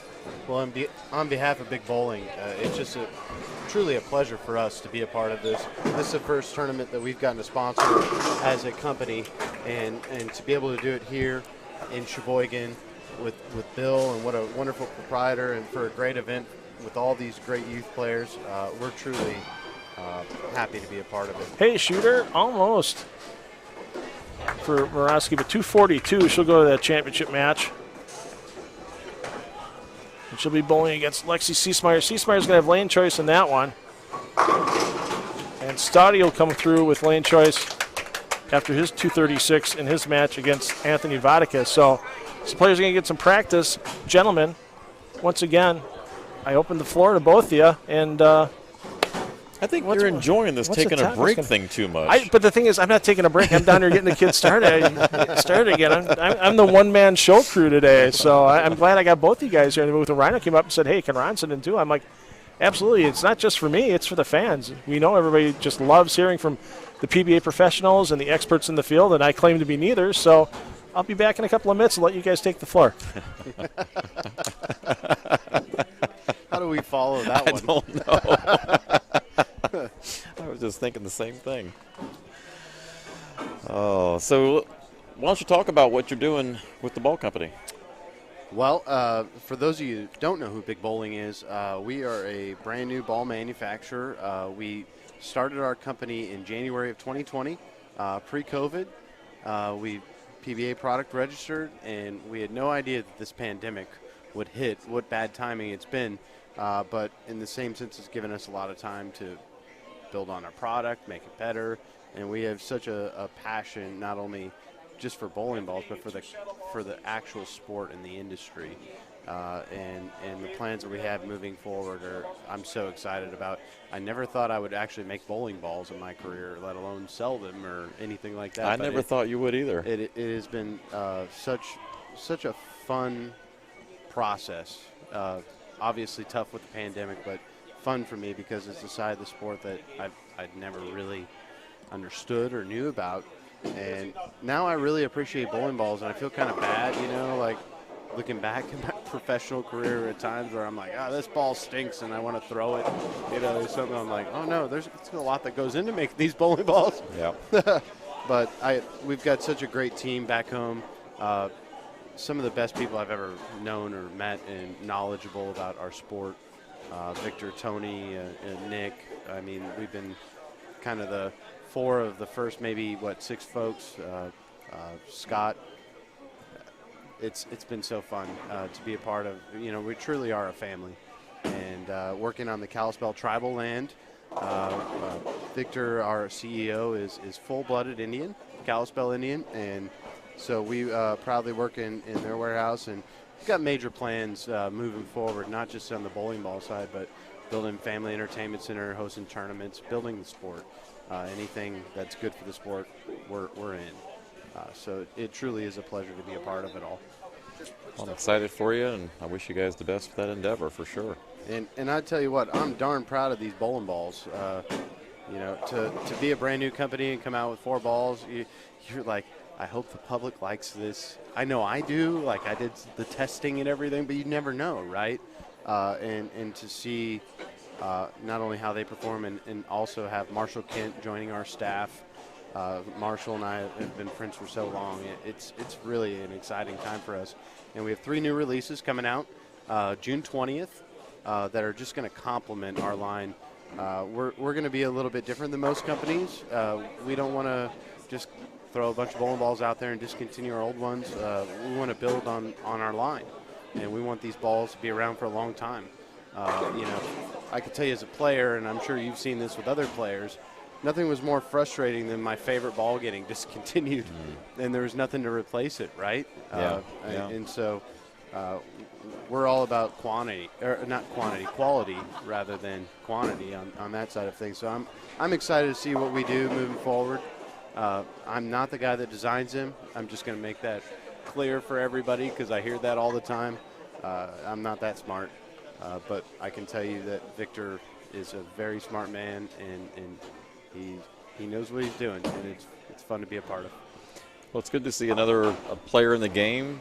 Bowlers are going to benefit by having more bowling ball options, more bowling ball companies, and every company makes great balls. Yeah. And it's just a nice thing to have another company that's making good stuff for people to choose from, and it's all about building the sport. And I think that's what we're doing with more ball companies, more coaching. We're trying to build the sport up worldwide, and I think we're doing that. I think we're starting to get past the whole COVID collapse or the whole COVID slowdown. I know some centers, unfortunately, didn't survive. Right. Unfortunately, that was bad for bowling, but also bad for every industry for the most part. And it's sad that we lost centers due to COVID, but I think the ones that could survive and did, and the ball companies that did survive, I think we're starting to see a huge rebound. I know a lot of bowling centers are seeing more business now than they did back in 2019. A lot of pro shops are doing more business than they did back in 2019. So I think the bowling is coming back because people were out of it for so long. I know your state was shut down more than my state was. So depending on where you were in the country, you were getting some serious cabin fever wanting to bowl. Absolutely. And so I think everybody's coming back with a vengeance and then some. And I think it's really helping the industry, and we're seeing it now. We were in there doing a clinic, and on the lanes that we weren't doing the clinic, they were jam-packed with open bowling. Yeah. So it's nice to see that, and I think we're going to be just fine as a sport. Absolutely, and our host Bill Hilbert here, he talked to us before we did our clinics. He said, I've never seen summer leagues this busy. And it just really made my heart so happy because the folks know, like, hey, look, bowling centers exist for them, not for the owner, right? And we are truly a bowling family.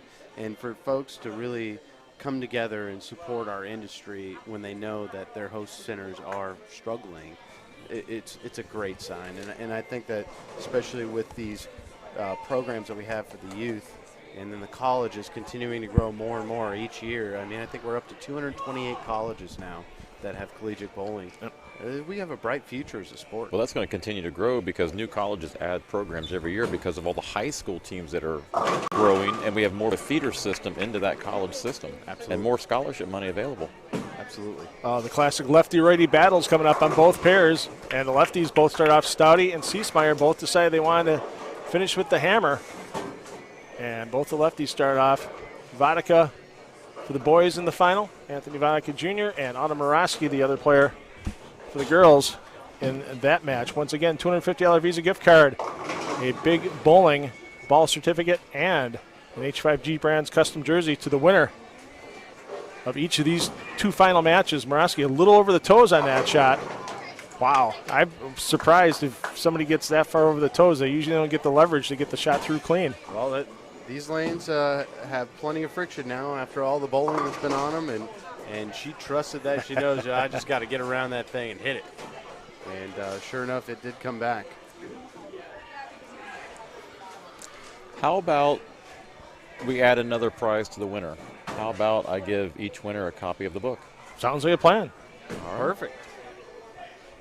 So each winner will get a copy of Bowling Beyond the Basics, and as good as they are, hopefully it makes them a little better. I'm ordering mine tomorrow on Amazon. I got to order a couple of cables when I get home tonight, so I'm going to add that to the order. Perfect. I'm just starting to get back really into the swing of things after taking some time off, and it's every little bit's going to help, especially because now I can bowl senior stuff. So Yeah. What? Really? yeah. Wait, what? Oh yeah. Really? Oh, Seriously? Yeah. I just turned gray hairs. I just turned 54 on Thursday, so Wow. my birthday's a well-hidden secret. Wow. 54. It's not from clean. It's from the sport of my wife. It's not from my clean living, but hers. That I look this young. So.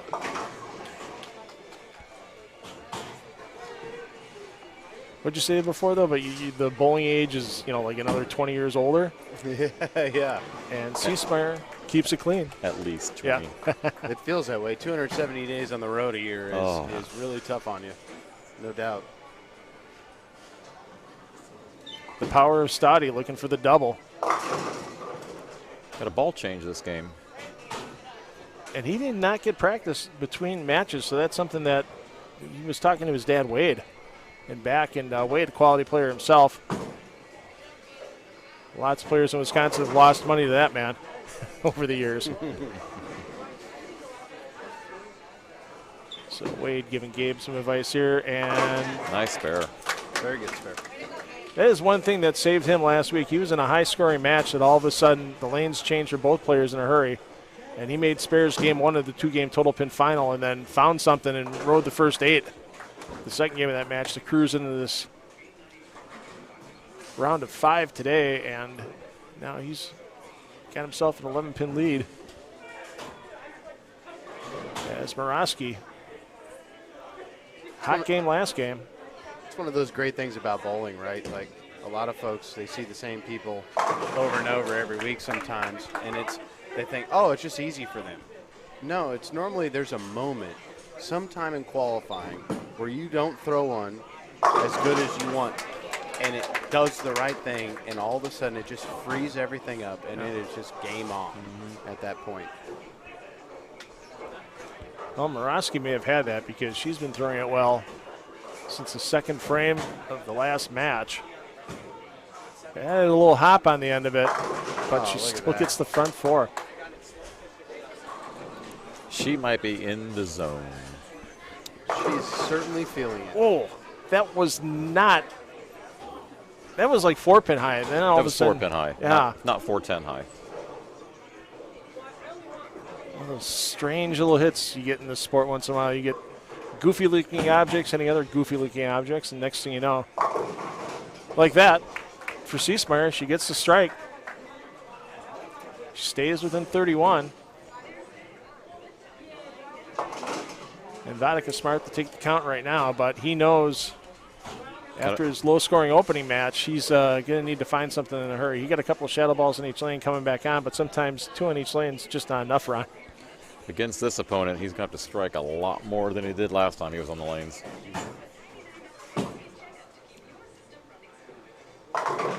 You know what Lexi Seaspire reminds me of, Rhino Ron? You guys both remember this player? Scott Devers. Oh, yeah. Remember Scott Devers? Oh, I had the pleasure of working with Scott Devers on the BPA board.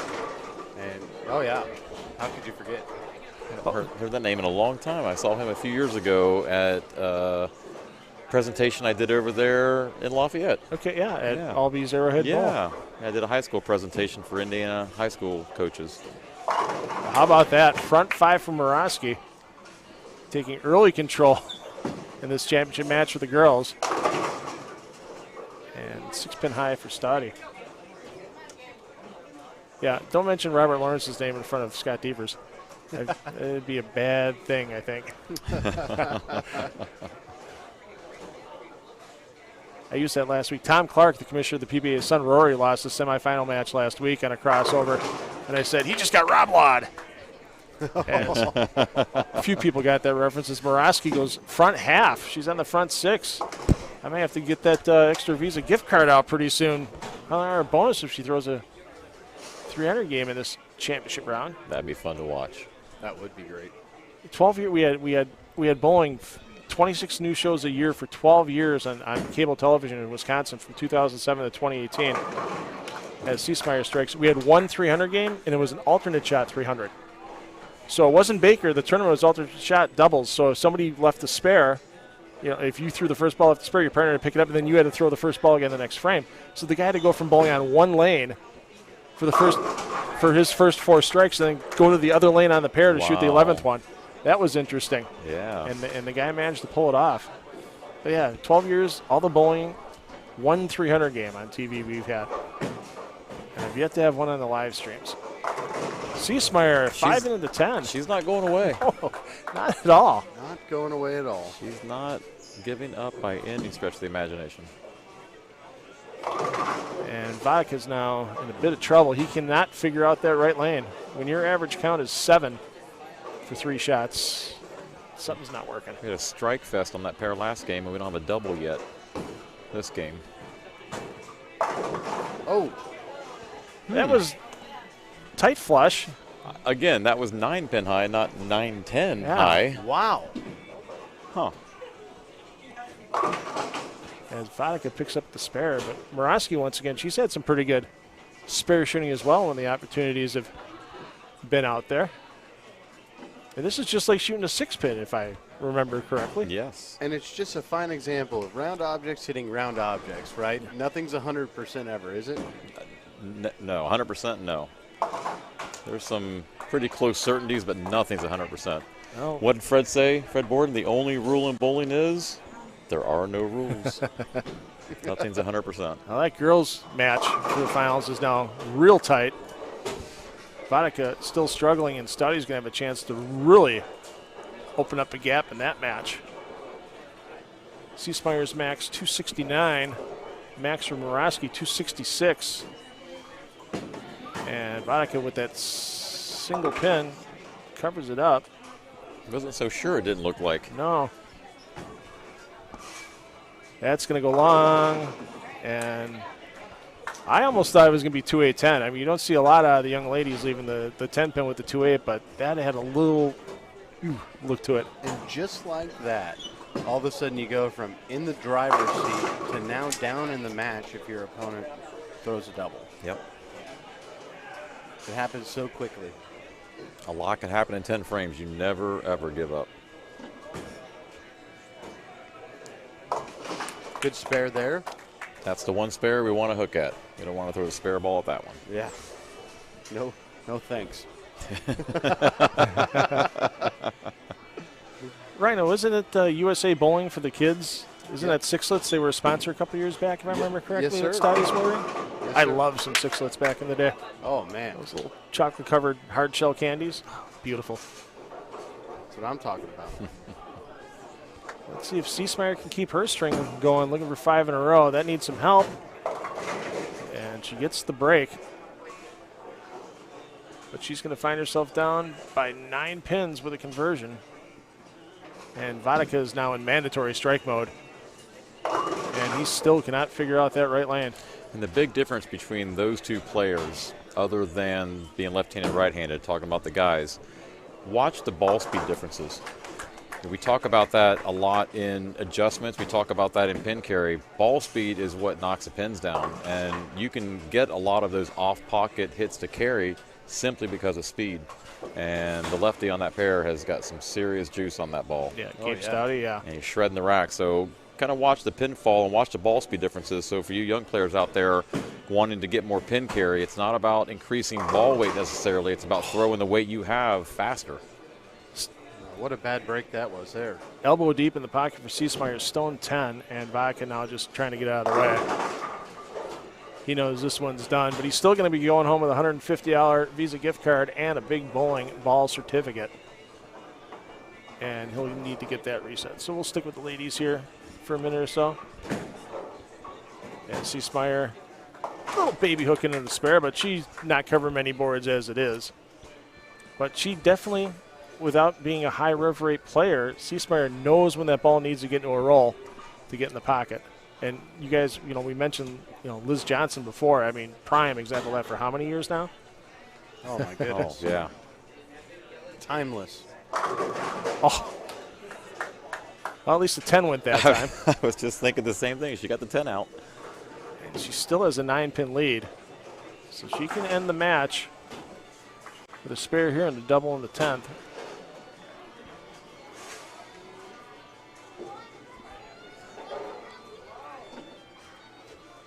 You see there, Morosky just making sure everything's in good shape before going for the single pin. Can we see the speed for the lefty on the right lane here? I don't know if they have it on the scoreboard. Not the actual speed, but just watch the ball going down the lane. I mean, it's phenomenal how much power he has. And when we talk power, a lot of times people define that word differently. They talk in rev rate, they talk in speed. For me, it's speed. When I hear power, I'm thinking speed. And he's throwing probably 15-pound equipment at over 35 pounds of wood 60 feet away. Mm-hmm. Folks, you need speed to knock those down. And so if you watch him throw this ball, he does not back off on the power. He doesn't miss it at all. And so he's going to get a lot of those off hits to carry. Oh, my, Morosky needs help. Oh. Got the 8 up, but not the 10 that time. Yeah, that's a momentum changer on that match for the girls. The ball's humming. Man, he throws 20, it good. 21, 22 miles an hour? Oh, he throws it. Got to be up there, 19, 20. He's throwing it good, and he's got the shape to go with it. He's going to create area and be tough to beat. I think Rhino's going to be recruiting after this is done. Or retiring. Or valid point. No doubt Vodka's just looking to finish. Let's go over to Morosky. Must make here. Must make. And it's going to leave her at 222, pardon me. So a mark with good count by Ciesmeyer to take home the championship. The boys' title no longer in doubt. Stoudy's just going to be able to go through the paces on the 10th frame. Do a little showing off. Ciesmeyer has been clean for 29 frames today. That is impressive. Under the pressure of the lights. And how about that? Wow. There he's it. She doesn't even realize it's the 10th frame, I think. Yeah, now she looks up and realizes she has to go back. That is I love that. I bowl with a guy back home. We have to remind him every time it's a 10th frame. He's so focused on throwing the best shot. It's like, hey, Matt, 10th frame. Oh, okay, I'll go bowl again. I love that. When they don't know what frame it is, their mind is in the right place. And that was for the championship. And look, no emotion. Just I'm doing what I do. That is amazing to watch. Really good stuff. Just keep it on the lane, hit the pocket. Ciesmeyer. You can't tell by watching her if she just struck or threw it in the gutter. She is so good with her emotions. That is awesome. Yeah, she needs a stick. I might need to interview her after this match for my own good. Okay. Well, we'll bring the winners up in the booth. So one of us can give up a headset. Needs one pin here. And that should be I don't all think four. there was any doubt that she was going to get at least one. And there is your girls' championship for the big bowling, big bracket battle. 225, 222. Lexi Ciesmeyer takes that home. They still got to reset that one for you.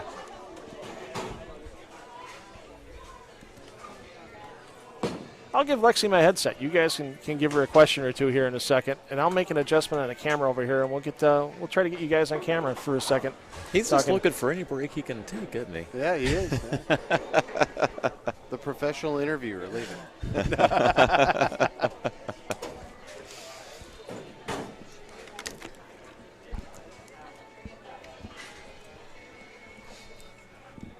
Rhino and Ron want to talk to you. So, throw the headset.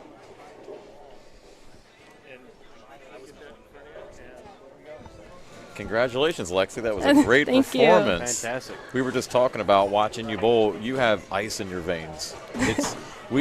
when you can watch a bowler who you can't tell if they struck or just threw it in the gutter because you are the same person every shot, that is an amazing quality in an athlete. Don't ever lose that. Thank you. You don't get real high, you don't get real low, and that's why you had 29 out of 30 clean. And if we don't even count that last shot there, you're basically clean for the entire tournament. That's amazing on this. Yeah, I can't believe I went clean. I wasn't expecting that at all. And you won. And that's the thing. It's not about just throwing strikes. You have to close frames. And when you close frames, good things happen. Yeah. And your emotions keep you in the game all the time. It was fun to watch you out there. It was like you'd come back from a shot, and I had to look at the score because I couldn't tell if you threw a good shot or a bad shot. I didn't know. Because you're the same person. That is rare, but excellent. Good work. Thank you. Lexi, I noticed under your bowling idols, you put your dad. Yeah. Right, which is a very different answer than what we would normally see. Tell us about your dad and how he got you into bowling maybe, or what he's done to help you with your game. Well, when I was like 5 years old, my dad introduced me to bowling into like my youth league at my in my area, and ever since then, he just helped me improve my bowling game and helped me become the bowler I am today. Is there a particular tip that your dad gave you that really stood out and still stands out to this day for you that's helped? Yeah, he was on the phone over there because he's up north right now, and he kept telling me to walk slow because if I rush, then I'll pull the ball, and I just need to take a deep breath and just walk slow. Stay in the moment. Right, That's sound advice there, isn't it? Yeah. So is it a good competition between the two of you? Yeah, Are you beating them pretty regularly now? It's a pretty good competition. It's like half and half, I would say. Yeah. And I can assure you, when you beat him inside, he's very happy about that. Yeah. He wants to win, but he doesn't mind when you beat him. Yeah. And that's probably going to happen a lot more in the future, too. He's okay with that. So I noticed you're a senior. Are you looking at collegiate bowling anywhere? Yes, I'm going to college at Carroll University. It's in Waukesha, a little far from here. And I'll be doing bowling with a couple of my friends. So it should be fun. Awesome. Great. That's awesome. It'll be a great experience for you, I'm sure. Yes. And you keep throwing it like that, your friends are going to really like it. Oh, the team's going to like it. Yeah, you're going to have a fun 4 years doing that. Yeah. Well, keep improving. Keep listening to your dad. It's awesome that you said your dad was your idol. That is the best answer possible. Yep. So congratulations again on a great victory. Thank you.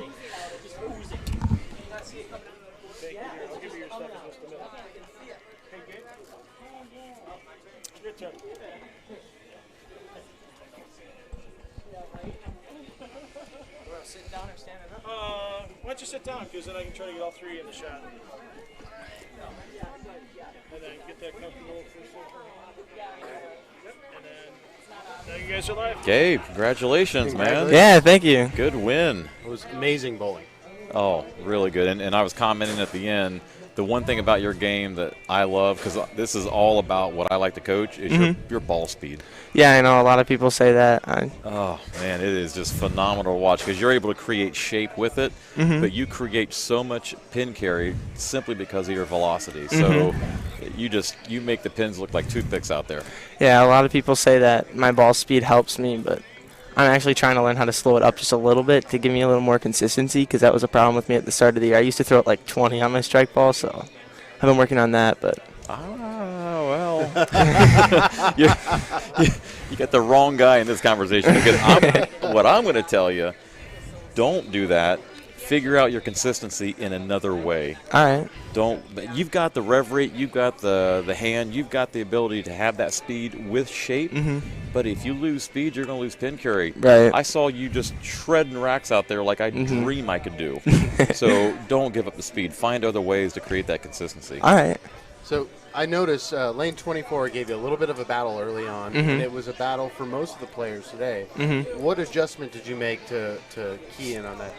The right lane was just playing a little bit tighter, so I was just making sure that I focused on making good shots on the right lane. The left lane was a little more dry for me, so I had a little more of a bank outside, so that's the only thing that was a little more comfortable with 13 to 14, but it wasn't that bad on the right lane, but I just made sure that I focused on making good shots. Oh, very good. What went behind the ball change that you made from the previous game to this game? That's an old IQ Emerald. It was my buddy's before. It has probably 1,000 games on it, so it gets really cakey, and I just used that to help me get through some of the – it was a little bit of transition, and it just kind of gave me something that I had a little more misroom with. That's why I went to it, and I switched right back to something that I could get a little more carry with. That's a good change. And I noticed you bowled your first 300 game when you were 12. Yeah. That's sickening. That's unbelievable. In a good way, that's sickening. Like, take us through that. Like, how cool was that for you?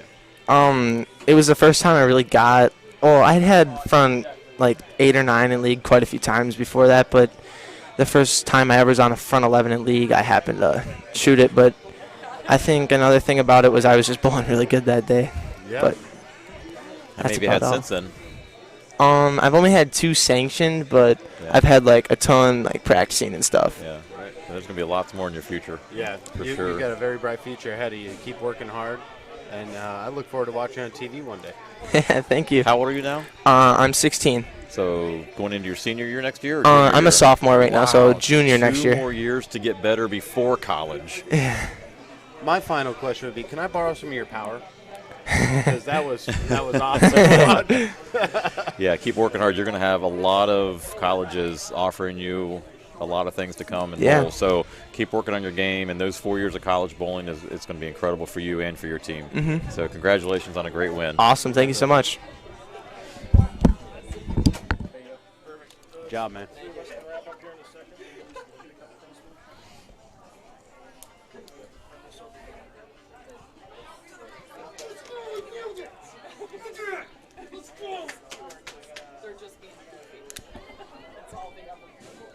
I wasn't sure if there was an actual assault going on behind me, but I guess that's just fatherly love back there between Wade and Gabe Stoddy. Holy cow.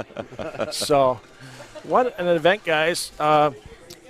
First time we've done this big bowling, big bracket battle for the high school players here in Wisconsin, and they stepped up all day long, and walking away with Gabe Stoddy and Lexi Seasmare coming away as our champions, and those big prize packages and everything. Rhino, thanks again for having Big Bowling be a part of that. And My pleasure. And it was fun calling this in the booth with you again. I tried to stay out of the way here and there, but we got the call back in Osaka, Yeah. the DHC Japan Invitational back in 2017. That was one of the better shows I thought I've ever done on an extra frame. And first time I got to call Ron, and hey, thanks for staying in and Thank you for having calling me. and sharing the wisdom. And once again, the people that want that book, you got to learn where that pocket is, everybody. We've seen it come into play today. As soon as he was talking about half tens and that kind of thing, you could see where the balls ended up. Where can you get that book, Ron, and what's the title again? Bowling Beyond the Basics, and you can get it on Amazon. Rhino, where can they go to the great equipment that these young players are going to receive for winning today? Yeah, go to bigbowling.com. We have all the information on our products, and you can also use BBBB10 promo code for your 10% off. Yep, and let's go here. I'm going to kind of reach and change things up here, but let's take a look at some of the big bowling equipment that's out there right now. You got the big, or you got the solid ideal. Oh no, that's the Pearl idea up there right now. This is our idea. This is our strongest Pearl cover. It's an asymmetrical weight block. One of my favorite utility balls, by the way, and I call it utility because it's good for sport and house shots. I find myself using it quite a bit. And you can move on from the Pearl idea To the solid idea. Solid.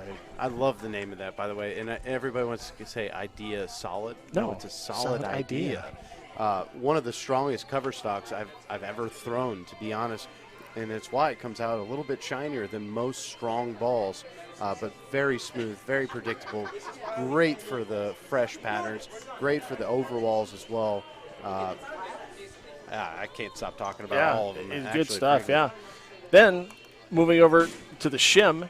The shim. Another ball that's kind of the ball.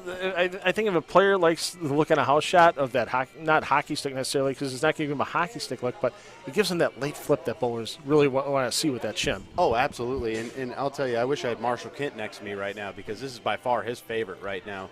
He always ends up getting to it. It's very clean through the front. Still gives you a strong response down the lane, but not too hockey stick-like, so it doesn't necessarily give you splits when you miss, but very continuous. And then winding up for now, because there's more stuff coming out soon. Yeah. The shim wrecker. The shim wrecker, my benchmark ball. First one out of my bag every single time I bowl. So smooth, so continuous, and it's a ball that most benchmark balls only give you 1 or 2 places to play on the lane. You can play any part of the lane with this ball and not have a fear of it not going through the pins correctly.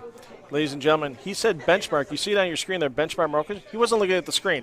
he means that. He knows that's his benchmark ball in his bag, and that is one thing that you can count on Rhino Page. He will never steer you wrong. No doubt about that. So, once again, Rhino Ron, thanks for sitting in the booth with us today. It's been great. Hopefully we can all get together sometime soon and do this again with the high school players or a college meet. We got a lot of stuff going on with 10 on the Deck Productions, and it was a pleasure sitting in the booth with both you guys. Appreciate it. Thank you, Phil. I would love that. Thank you, Phil. Always Absolutely. a pleasure. Thanks, Rhino. Everybody, thanks for watching, and we'll be back soon with 10 on the Deck Productions. Have a good night.